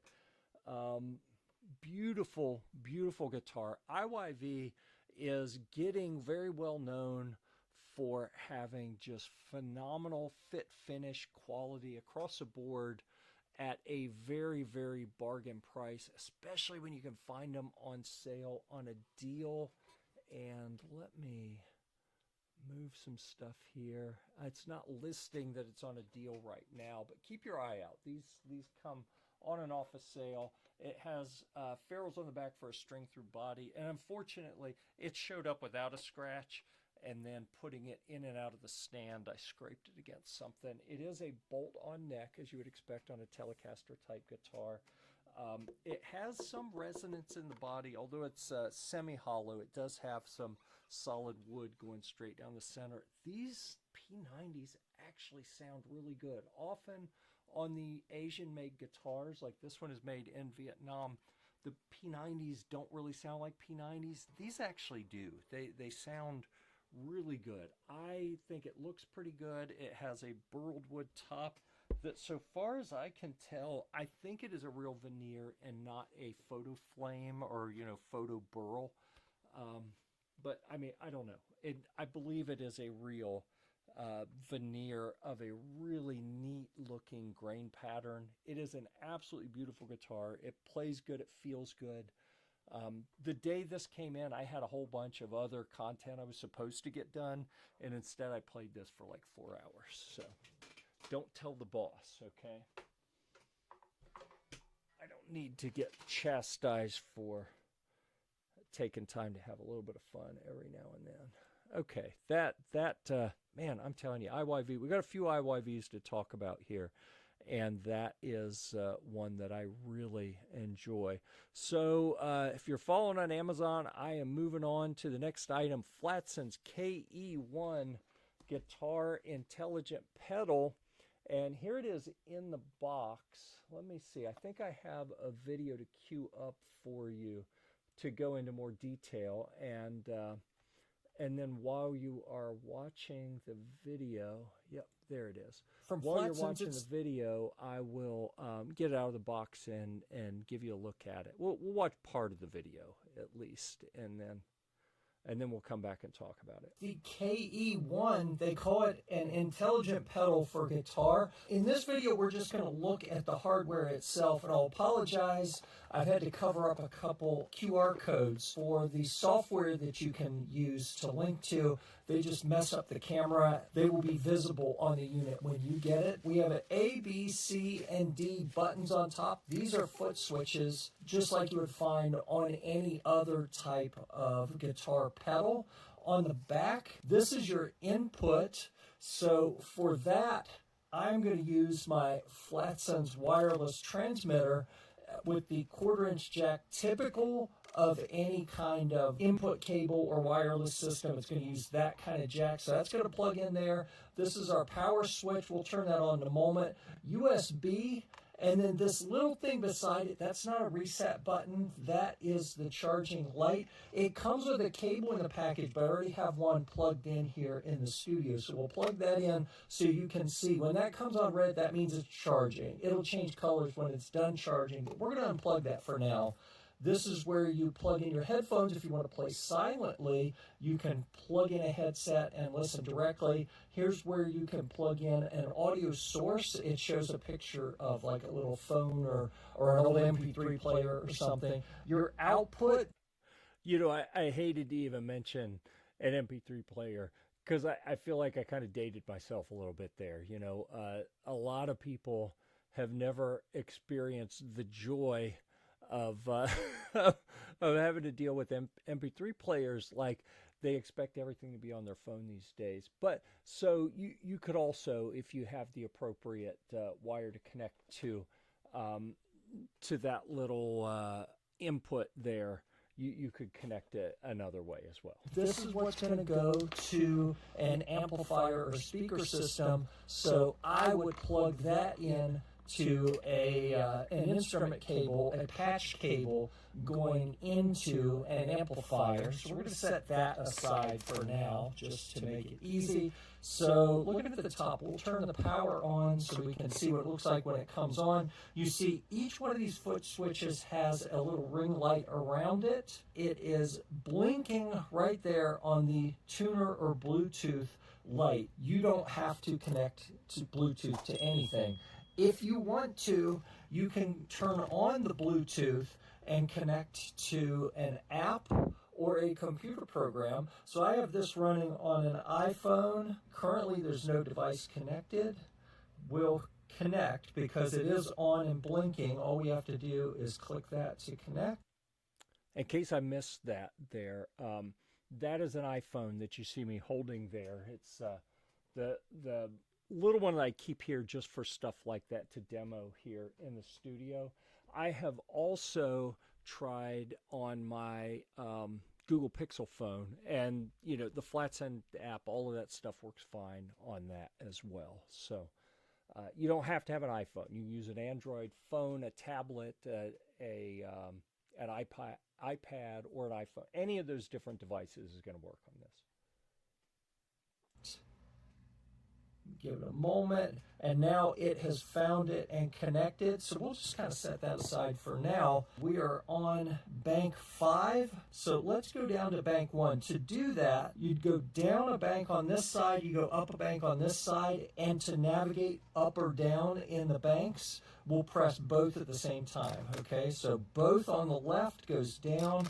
We'll go all the way down to bank 1, all right? And then, so this is going to be 1A.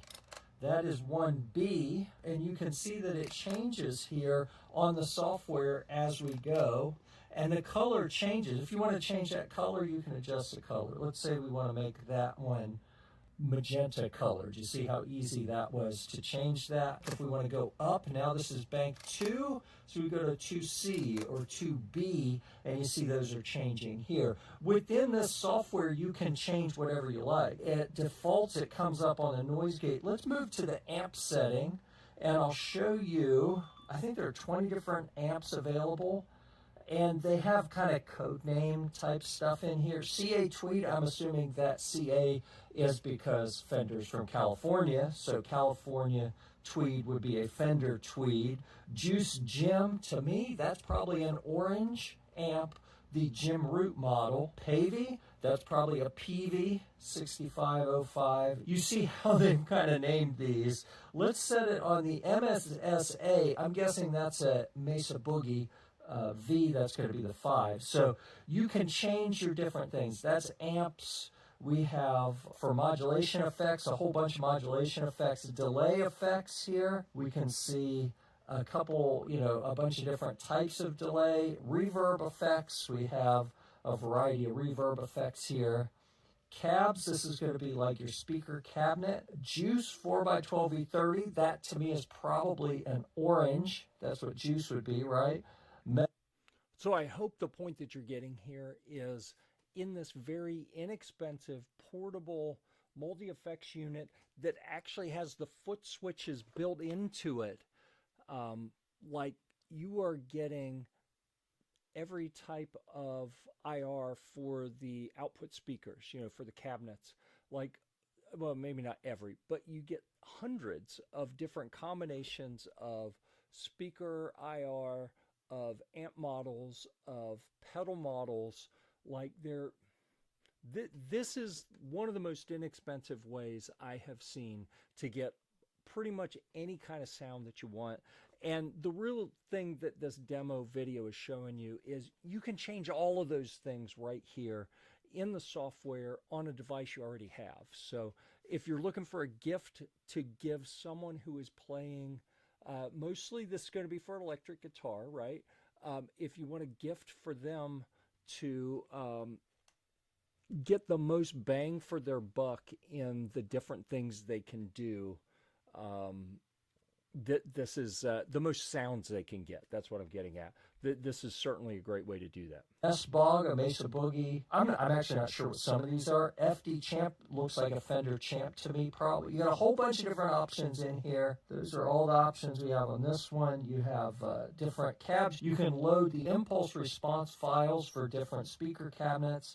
You can see here is one that I downloaded, the AMX. If we go into the community, you can find different setups that people have made and then download that data file and load it. So that's a 65 Deluxe Reverb version 2 with a Klon 2. Those are some of the different things you can do with the software here.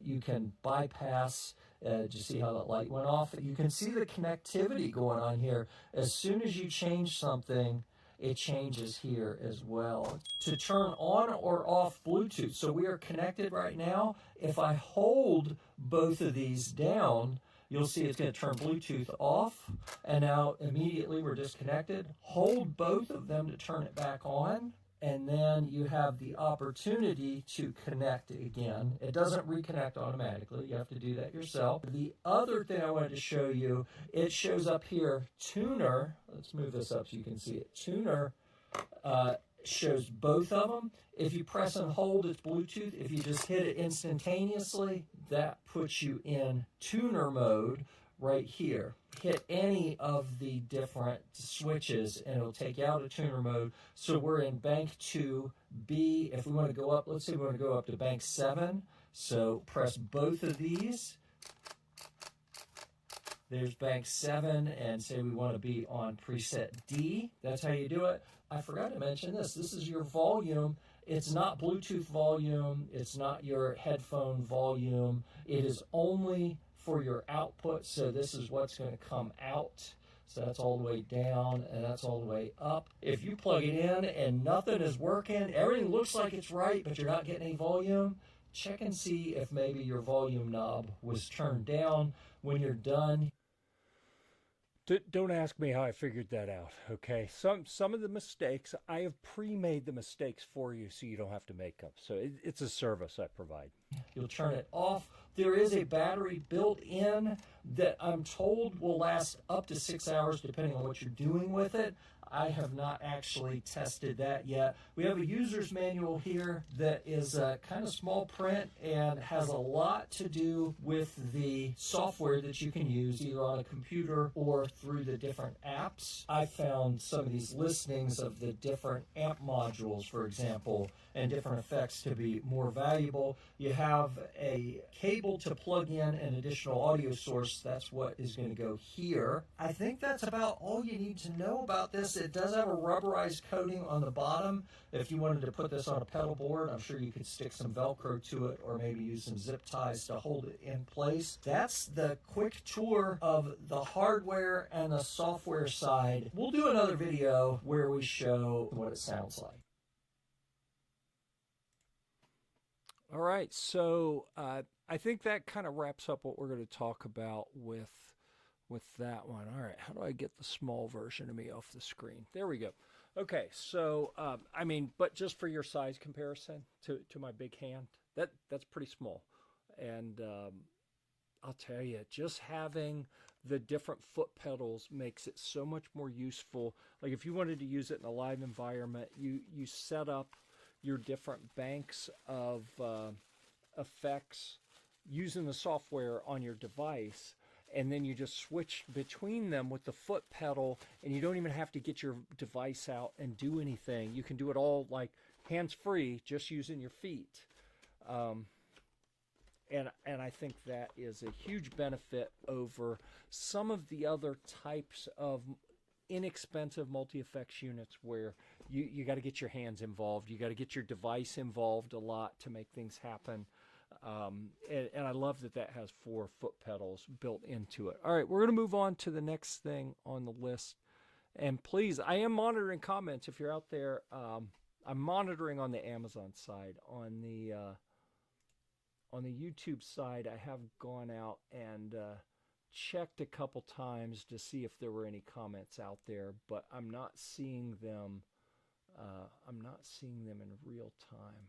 I should see. Oh, live chat. I'm going to turn that on. So, okay, now if anyone comments on the YouTube side, I should be able to see those a little bit better. But I will certainly see them in real time on the Amazon side.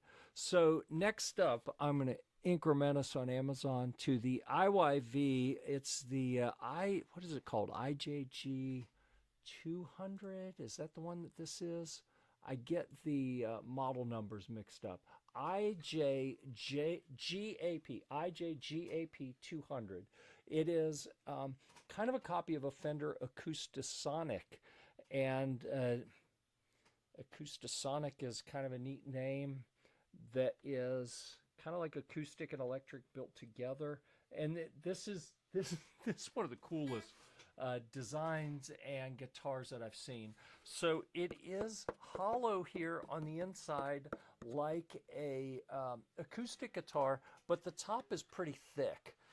It doesn't resonate quite as much as an acoustic. It does have an acoustic style bridge, but it has a piezo pickup under here. So our 3-way switch, in order to use the bridge pickup, you have to have a 9-volt battery installed here. And I don't have it installed in there right now. That activates the piezo. If I'm remembering this correctly, actually I think one of the upper ones. Regardless, if you get one of these, you'll figure it out. When you don't have a battery in, one of these positions doesn't work, and then the other blend position only gives you one, and then the other will give you the passive humbucker pickup that you see sitting here, so you can play it just as is. Oh, and it's out of tune. You can play it as an acoustic guitar. Okay, it's not a very loud acoustic guitar, but you can play it as an acoustic. You can also plug it in and use the output. There it is, your output jack, to an amplifier and play on the passive humbucker pickup. You can put it in the whichever the position is for the piezo. If you have the battery, then it will put that out to your amplifier as well, and it sounds a little like amplified acoustic-y to me. I think it actually, all of them sound pretty good, and the piezo sounds pretty warm. If you like guitars that have kind of an open pore finish, not a thick gloss, but you can feel and see the wood grain a little bit more.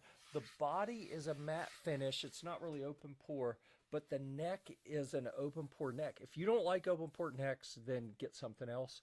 If you do, and I really do, I really like the feel of an open pore finish on a neck, then this is really nice. It's got your steel frets. I did run the sanding sponge up and down the edge a couple times on each side to take care of any little looseness. And I did tighten the little screws up here in the tuning buttons to snug them up a little bit. That's a trick if you didn't know. If you get a guitar with this type of tuners and there's slop in them, you can wiggle them back and forth, tighten that little screw ever so slightly, and it'll pull the gears in so they mesh a little tighter. And I think it looks good. It's fairly light. It is a bolt-on neck. It's pretty well made. I mean, these are just really cool guitars. Again, this is kind of a copy of a Fender Acoustasonic, which cost about 10 times as much as these tend to go for. 5 to 10 times, we'll say, depending on which model you get and what's on sale at what time. These are just a really good deal on an interesting guitar, and they are inexpensive enough. Like if you click on the link, if you're on Amazon watching this, click on the link for that IYV 6-string, the IYV IJG 200, and you'll see the price and you'll be like, really? That's it? This may be the best gift guitar, because I about guarantee you whoever you're getting it for doesn't have one like this already. This is an unusual guitar, and that's what makes it so interesting. So that's a suggestion for you that I'm going to make. All right, moving on. Let's look. The next thing, the Sonderi guitar. All right. It's a tuner, a clip-on tuner. I'm following along here, pulling the page up so I can see any specs I need to. What I like about this is it has an inductive charger, and here it is. It's sitting on one of the amps back there. So what's really neat about this, beg my pardon as I get the chair back in place. Here's your charging cable, and I have it bundled up, but the different ends. USB-A, this which you plug into in order to get the power. And then we have the magnetic contacts on this end. So here is your tuner, and let's see, it goes that way. All right. So you have to have it lined up. If you try to put it on backwards, the magnets will repulse. They attract when you get it the right direction. And you see, look, Ma, no hands. That is all you have to do to charge it. Of course, when this is plugged in, and it's not plugged in. But then we have your power button on top. You turn it on, and it actually has, oh, can we get it to focus? All right, this is a fixed focus camera. I can't get it to focus here where you can really see it. But it's not like the old school type little LCD. This is a, like, what is it, an OLED, OELED, whatever it's called. It is a high definition screen that is in color that shows you the different tuning information. Super, super cool that is rechargeable. I use this every single day, multiple times a day, because I'm doing lots of guitar stuff with lots of guitars coming through the studio. I am always tuning something. I tune it. It gets down, it's showing about half battery after about a week, and I'll go ahead and tune it. I will charge it, is what I meant to say. So if you are tuning less frequently, you may be every other week or once a month. You have to actually plug it in, and it has a small battery in it. So when you hook it up to charge, less than an hour, it's fully charged every time. So I really like that. That has been a great purchase. And let me see. Oh, it has a Cyber Monday deal right now. So go check that out so you can see what the current pricing is. Or if you're watching this later, you may have missed the Cyber Monday deal. So shame on you for not seeing it if that's the case. And by the way, if that's the case, if you're watching on Amazon, what do they call it? It's is it follow? I think follow. I think I've said subscribe in some things earlier, but in Amazon parlance, it's follow. You can follow someone like following the Gear Report influencer store or our profile here on Amazon. And then when we do live streams, you'll catch them when they happen. So you won't be going, oh no, I missed that price because you're watching this later. You can catch all the sale prices that are available if you're watching live. So be sure you follow in order to do that. All right. Oh, this next one's really neat. And I just have to figure out where I put it because I rearranged things. I'm going to move to it in Amazon, though. If you're watching on Amazon, you'll see it slide over. And this one has a deal as well, especially like I have the broadcast up on a tablet over here. If you're watching on a mobile device like a tablet, you will see that the ones that have deals get a little red outline around them. So that way you certainly know you're not going to miss the deals. That is, I think it's cool how they do that. So this is a guitar hanger that is shaped like a bull with the horns, and you hang the guitar right over the horns.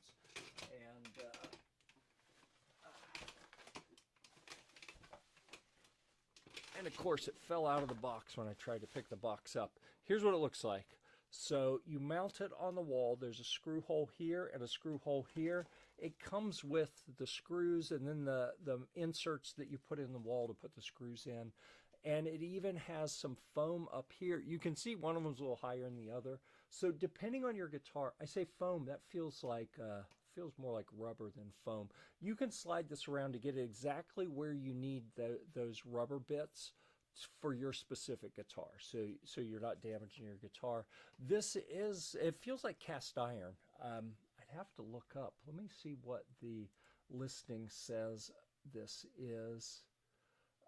It says cast iron. Okay, yeah, it says for electric guitar, bass, ukulele, banjo. It's listed as a guitar gift. That, I think this would make a great guitar gift. This looks really cool. Again, 2 screws to hold it up, and it comes with the hardware for that. And so mounted on the wall, it's going to be like this, holding it. It just holds it right there along the headstock. So yeah, super, super cool. And it's pretty budget. So if you're looking for an inexpensive kind of novelty thing you can get for someone who plays guitar, I think that this is really, really a cool option. All right, set that guitar out of the way, and we'll move on to our next item. And I'm showing one of the Donner Embark pedals here. And we'll look at this real quick. We've been on for a while, so we're gonna pick up the pace a little bit. All of the Embark pedals look the same. So this line, from the top, you can't really tell them apart. I mean, they all pretty much look exactly the same here, and they list what they are. So this one says OD5. I hope that's the one that I tagged in this. I have a few of them, and they have different numbers on the end. I think I got the right one here. Yeah, I did tag the overdrive pedal. They have distortion, echo, delay, overdrive, and phaser. I think I have all of them at the phaser. And I mean, like all the Donner stuff, Donner just makes products. In my experience, I probably tried 30 or 40 things from Donner over the past few years. And all of them, they just work. They're all very budget friendly. And, I'm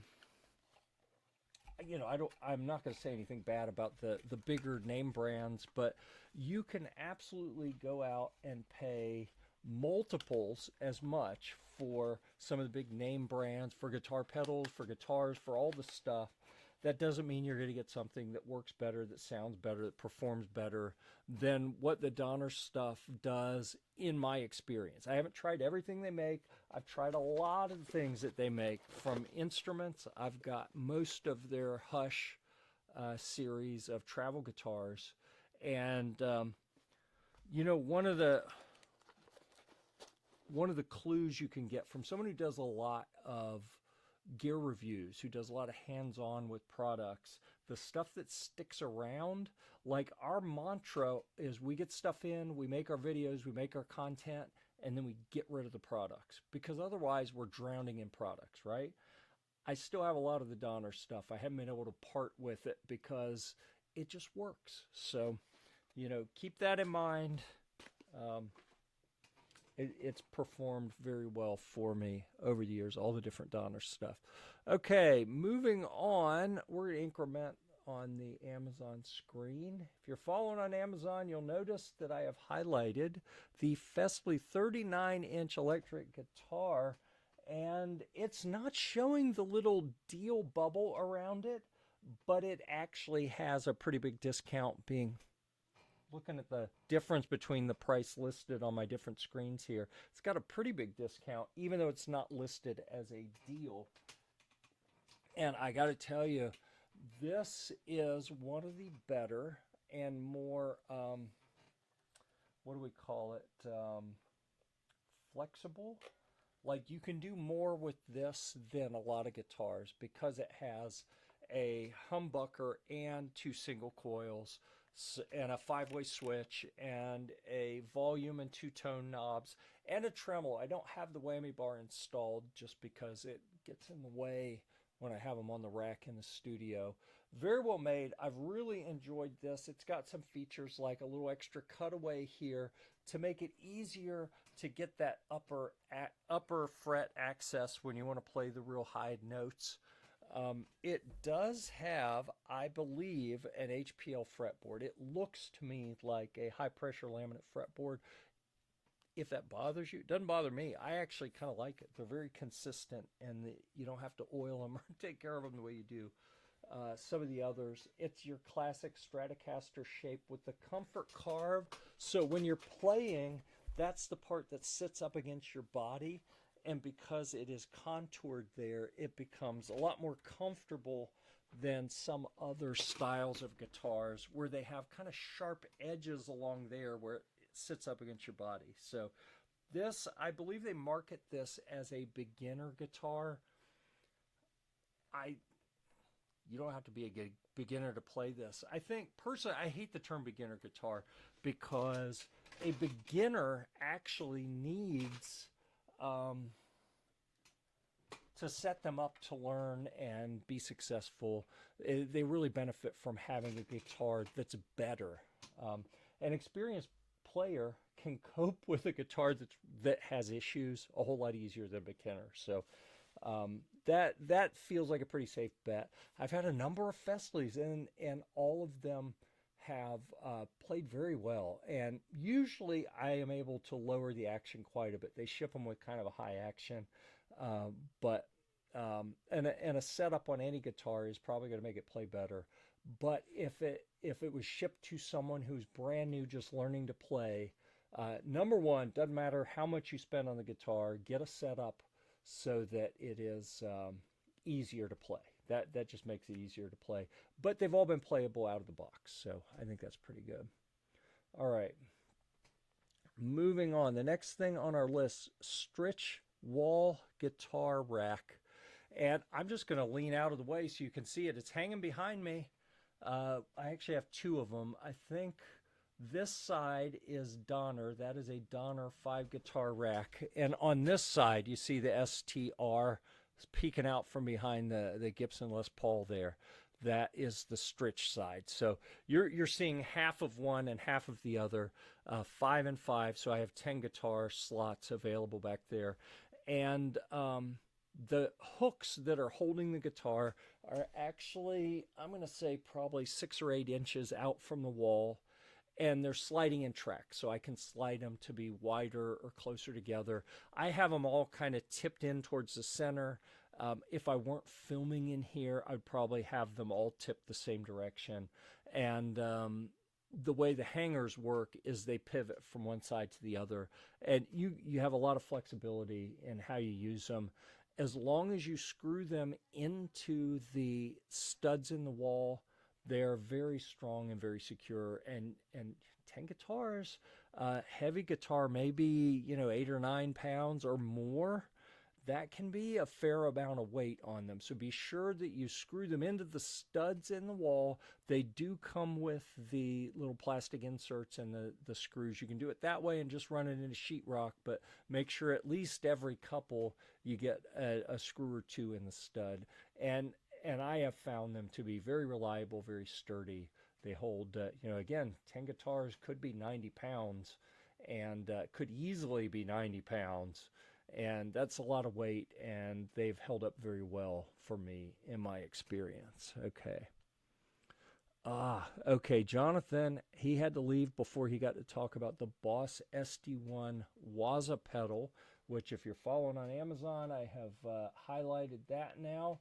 It does not, I don't think that one is actually discounted at the moment, but I'll tell you what, we're not going to watch the whole thing, but we will watch some of the video that Jonathan did on that as soon as I can get that up.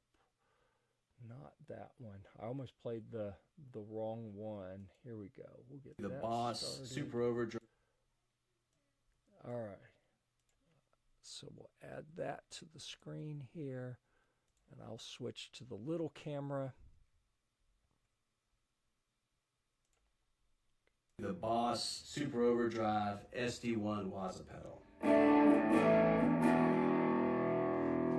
And a lot of famous guitarists use this pedal, like John Five used the Waza version with the modifications. Steve Vai used the standard version, especially when he played with Alcatraz. Mark Knopfler played it with Money for Nothing. Joss Homme, the Queen of the Stone Age, used it for some of his projects. Marty Friedman from Megadeth, he used the Waza version. Kirk Hammett used the original version on some of the early Metallica stuff. Even the Edge used it. David Gilmour used it on his solo album About Face. Even Eddie Van Halen used this at some point. And John Greenwood from Radiohead also used it. Very, very.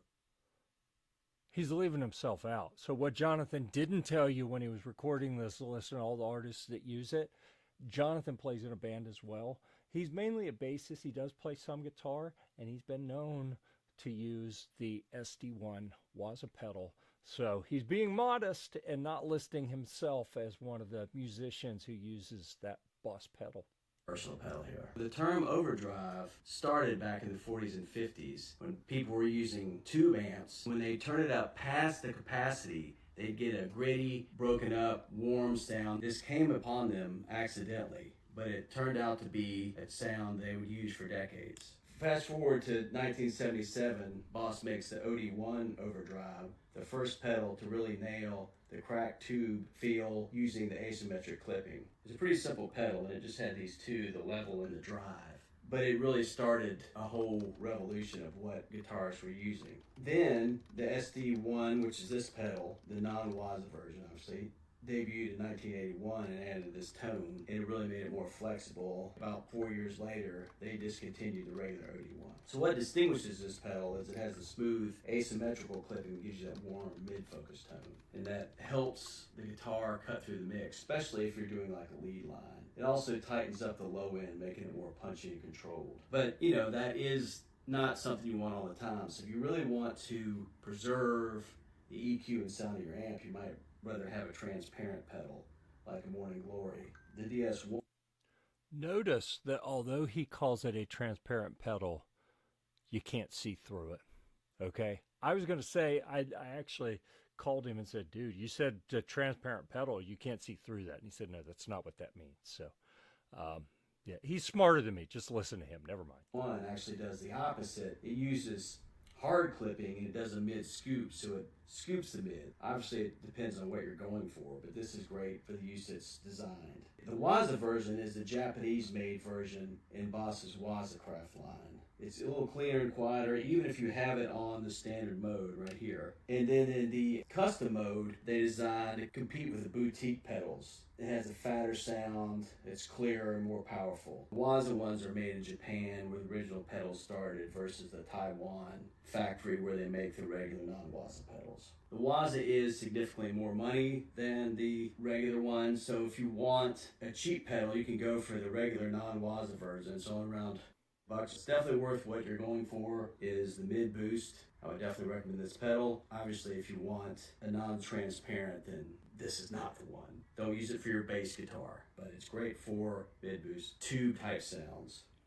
So I'm going to demonstrate the Boss Super Overdrive sound. I'm playing a Strat through an Ignitor amp. So here's my clean.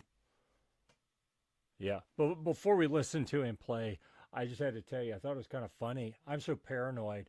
You'll hear the very beginnings of something that you may identify as AC/DC. I had to cut it off right away because of copyright issues. Apparently, that's one of the bands that is very aggressive about coming after people for playing.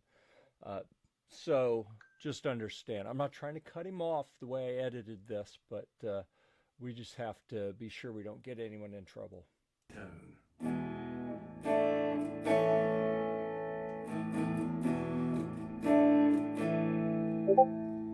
So now I'm going to start with it quarter of the way up.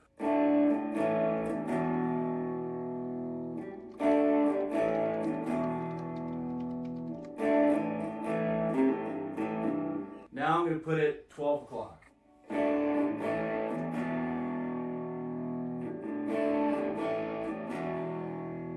notice it has a pretty deep overdriven sound, but it's not so dirty that you can't play a full chord. It has a little bit of that tube sound. If you really want it overdriven and a heavy distorted sound,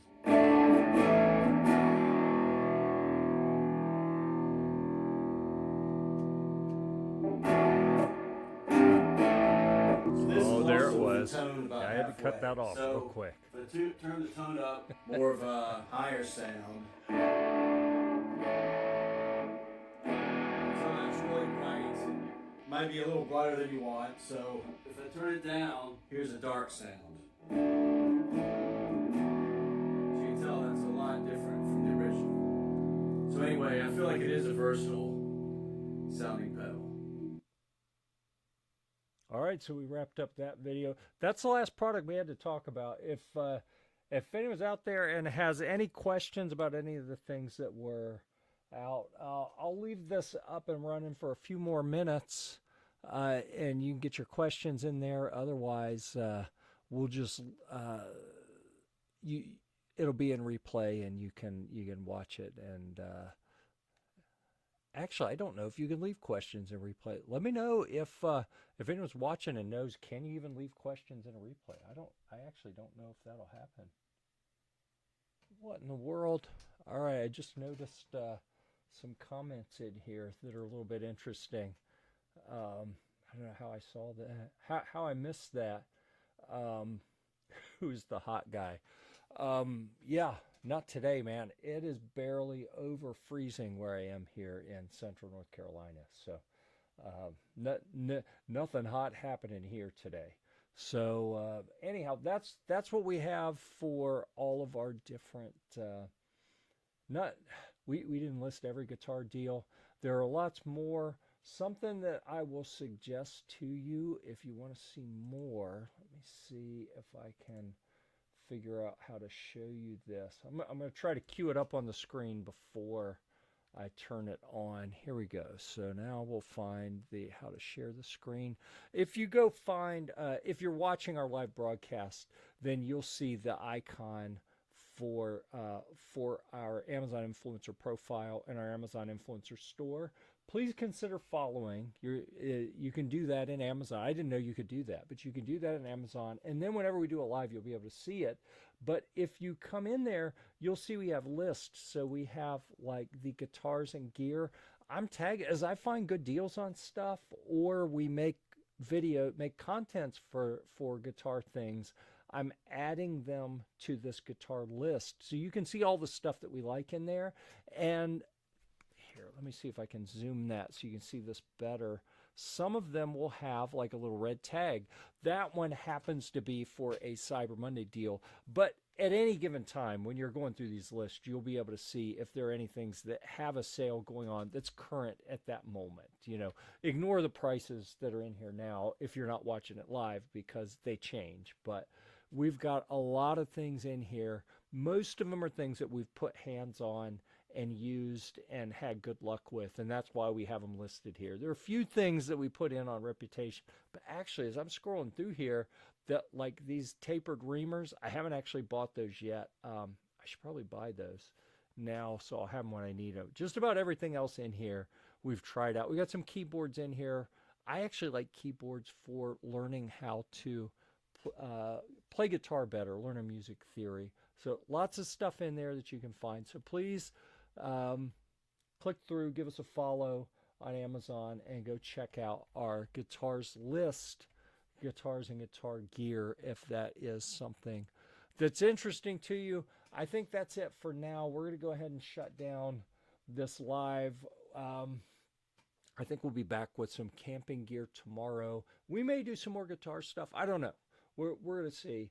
I think we're going to do some just generic deals as we find them on Amazon and share those, because there are so many cool deals that are available right now that you don't want to miss them. So I think we're going to try to do that. Oh, I'm playing with the color a little bit. Man,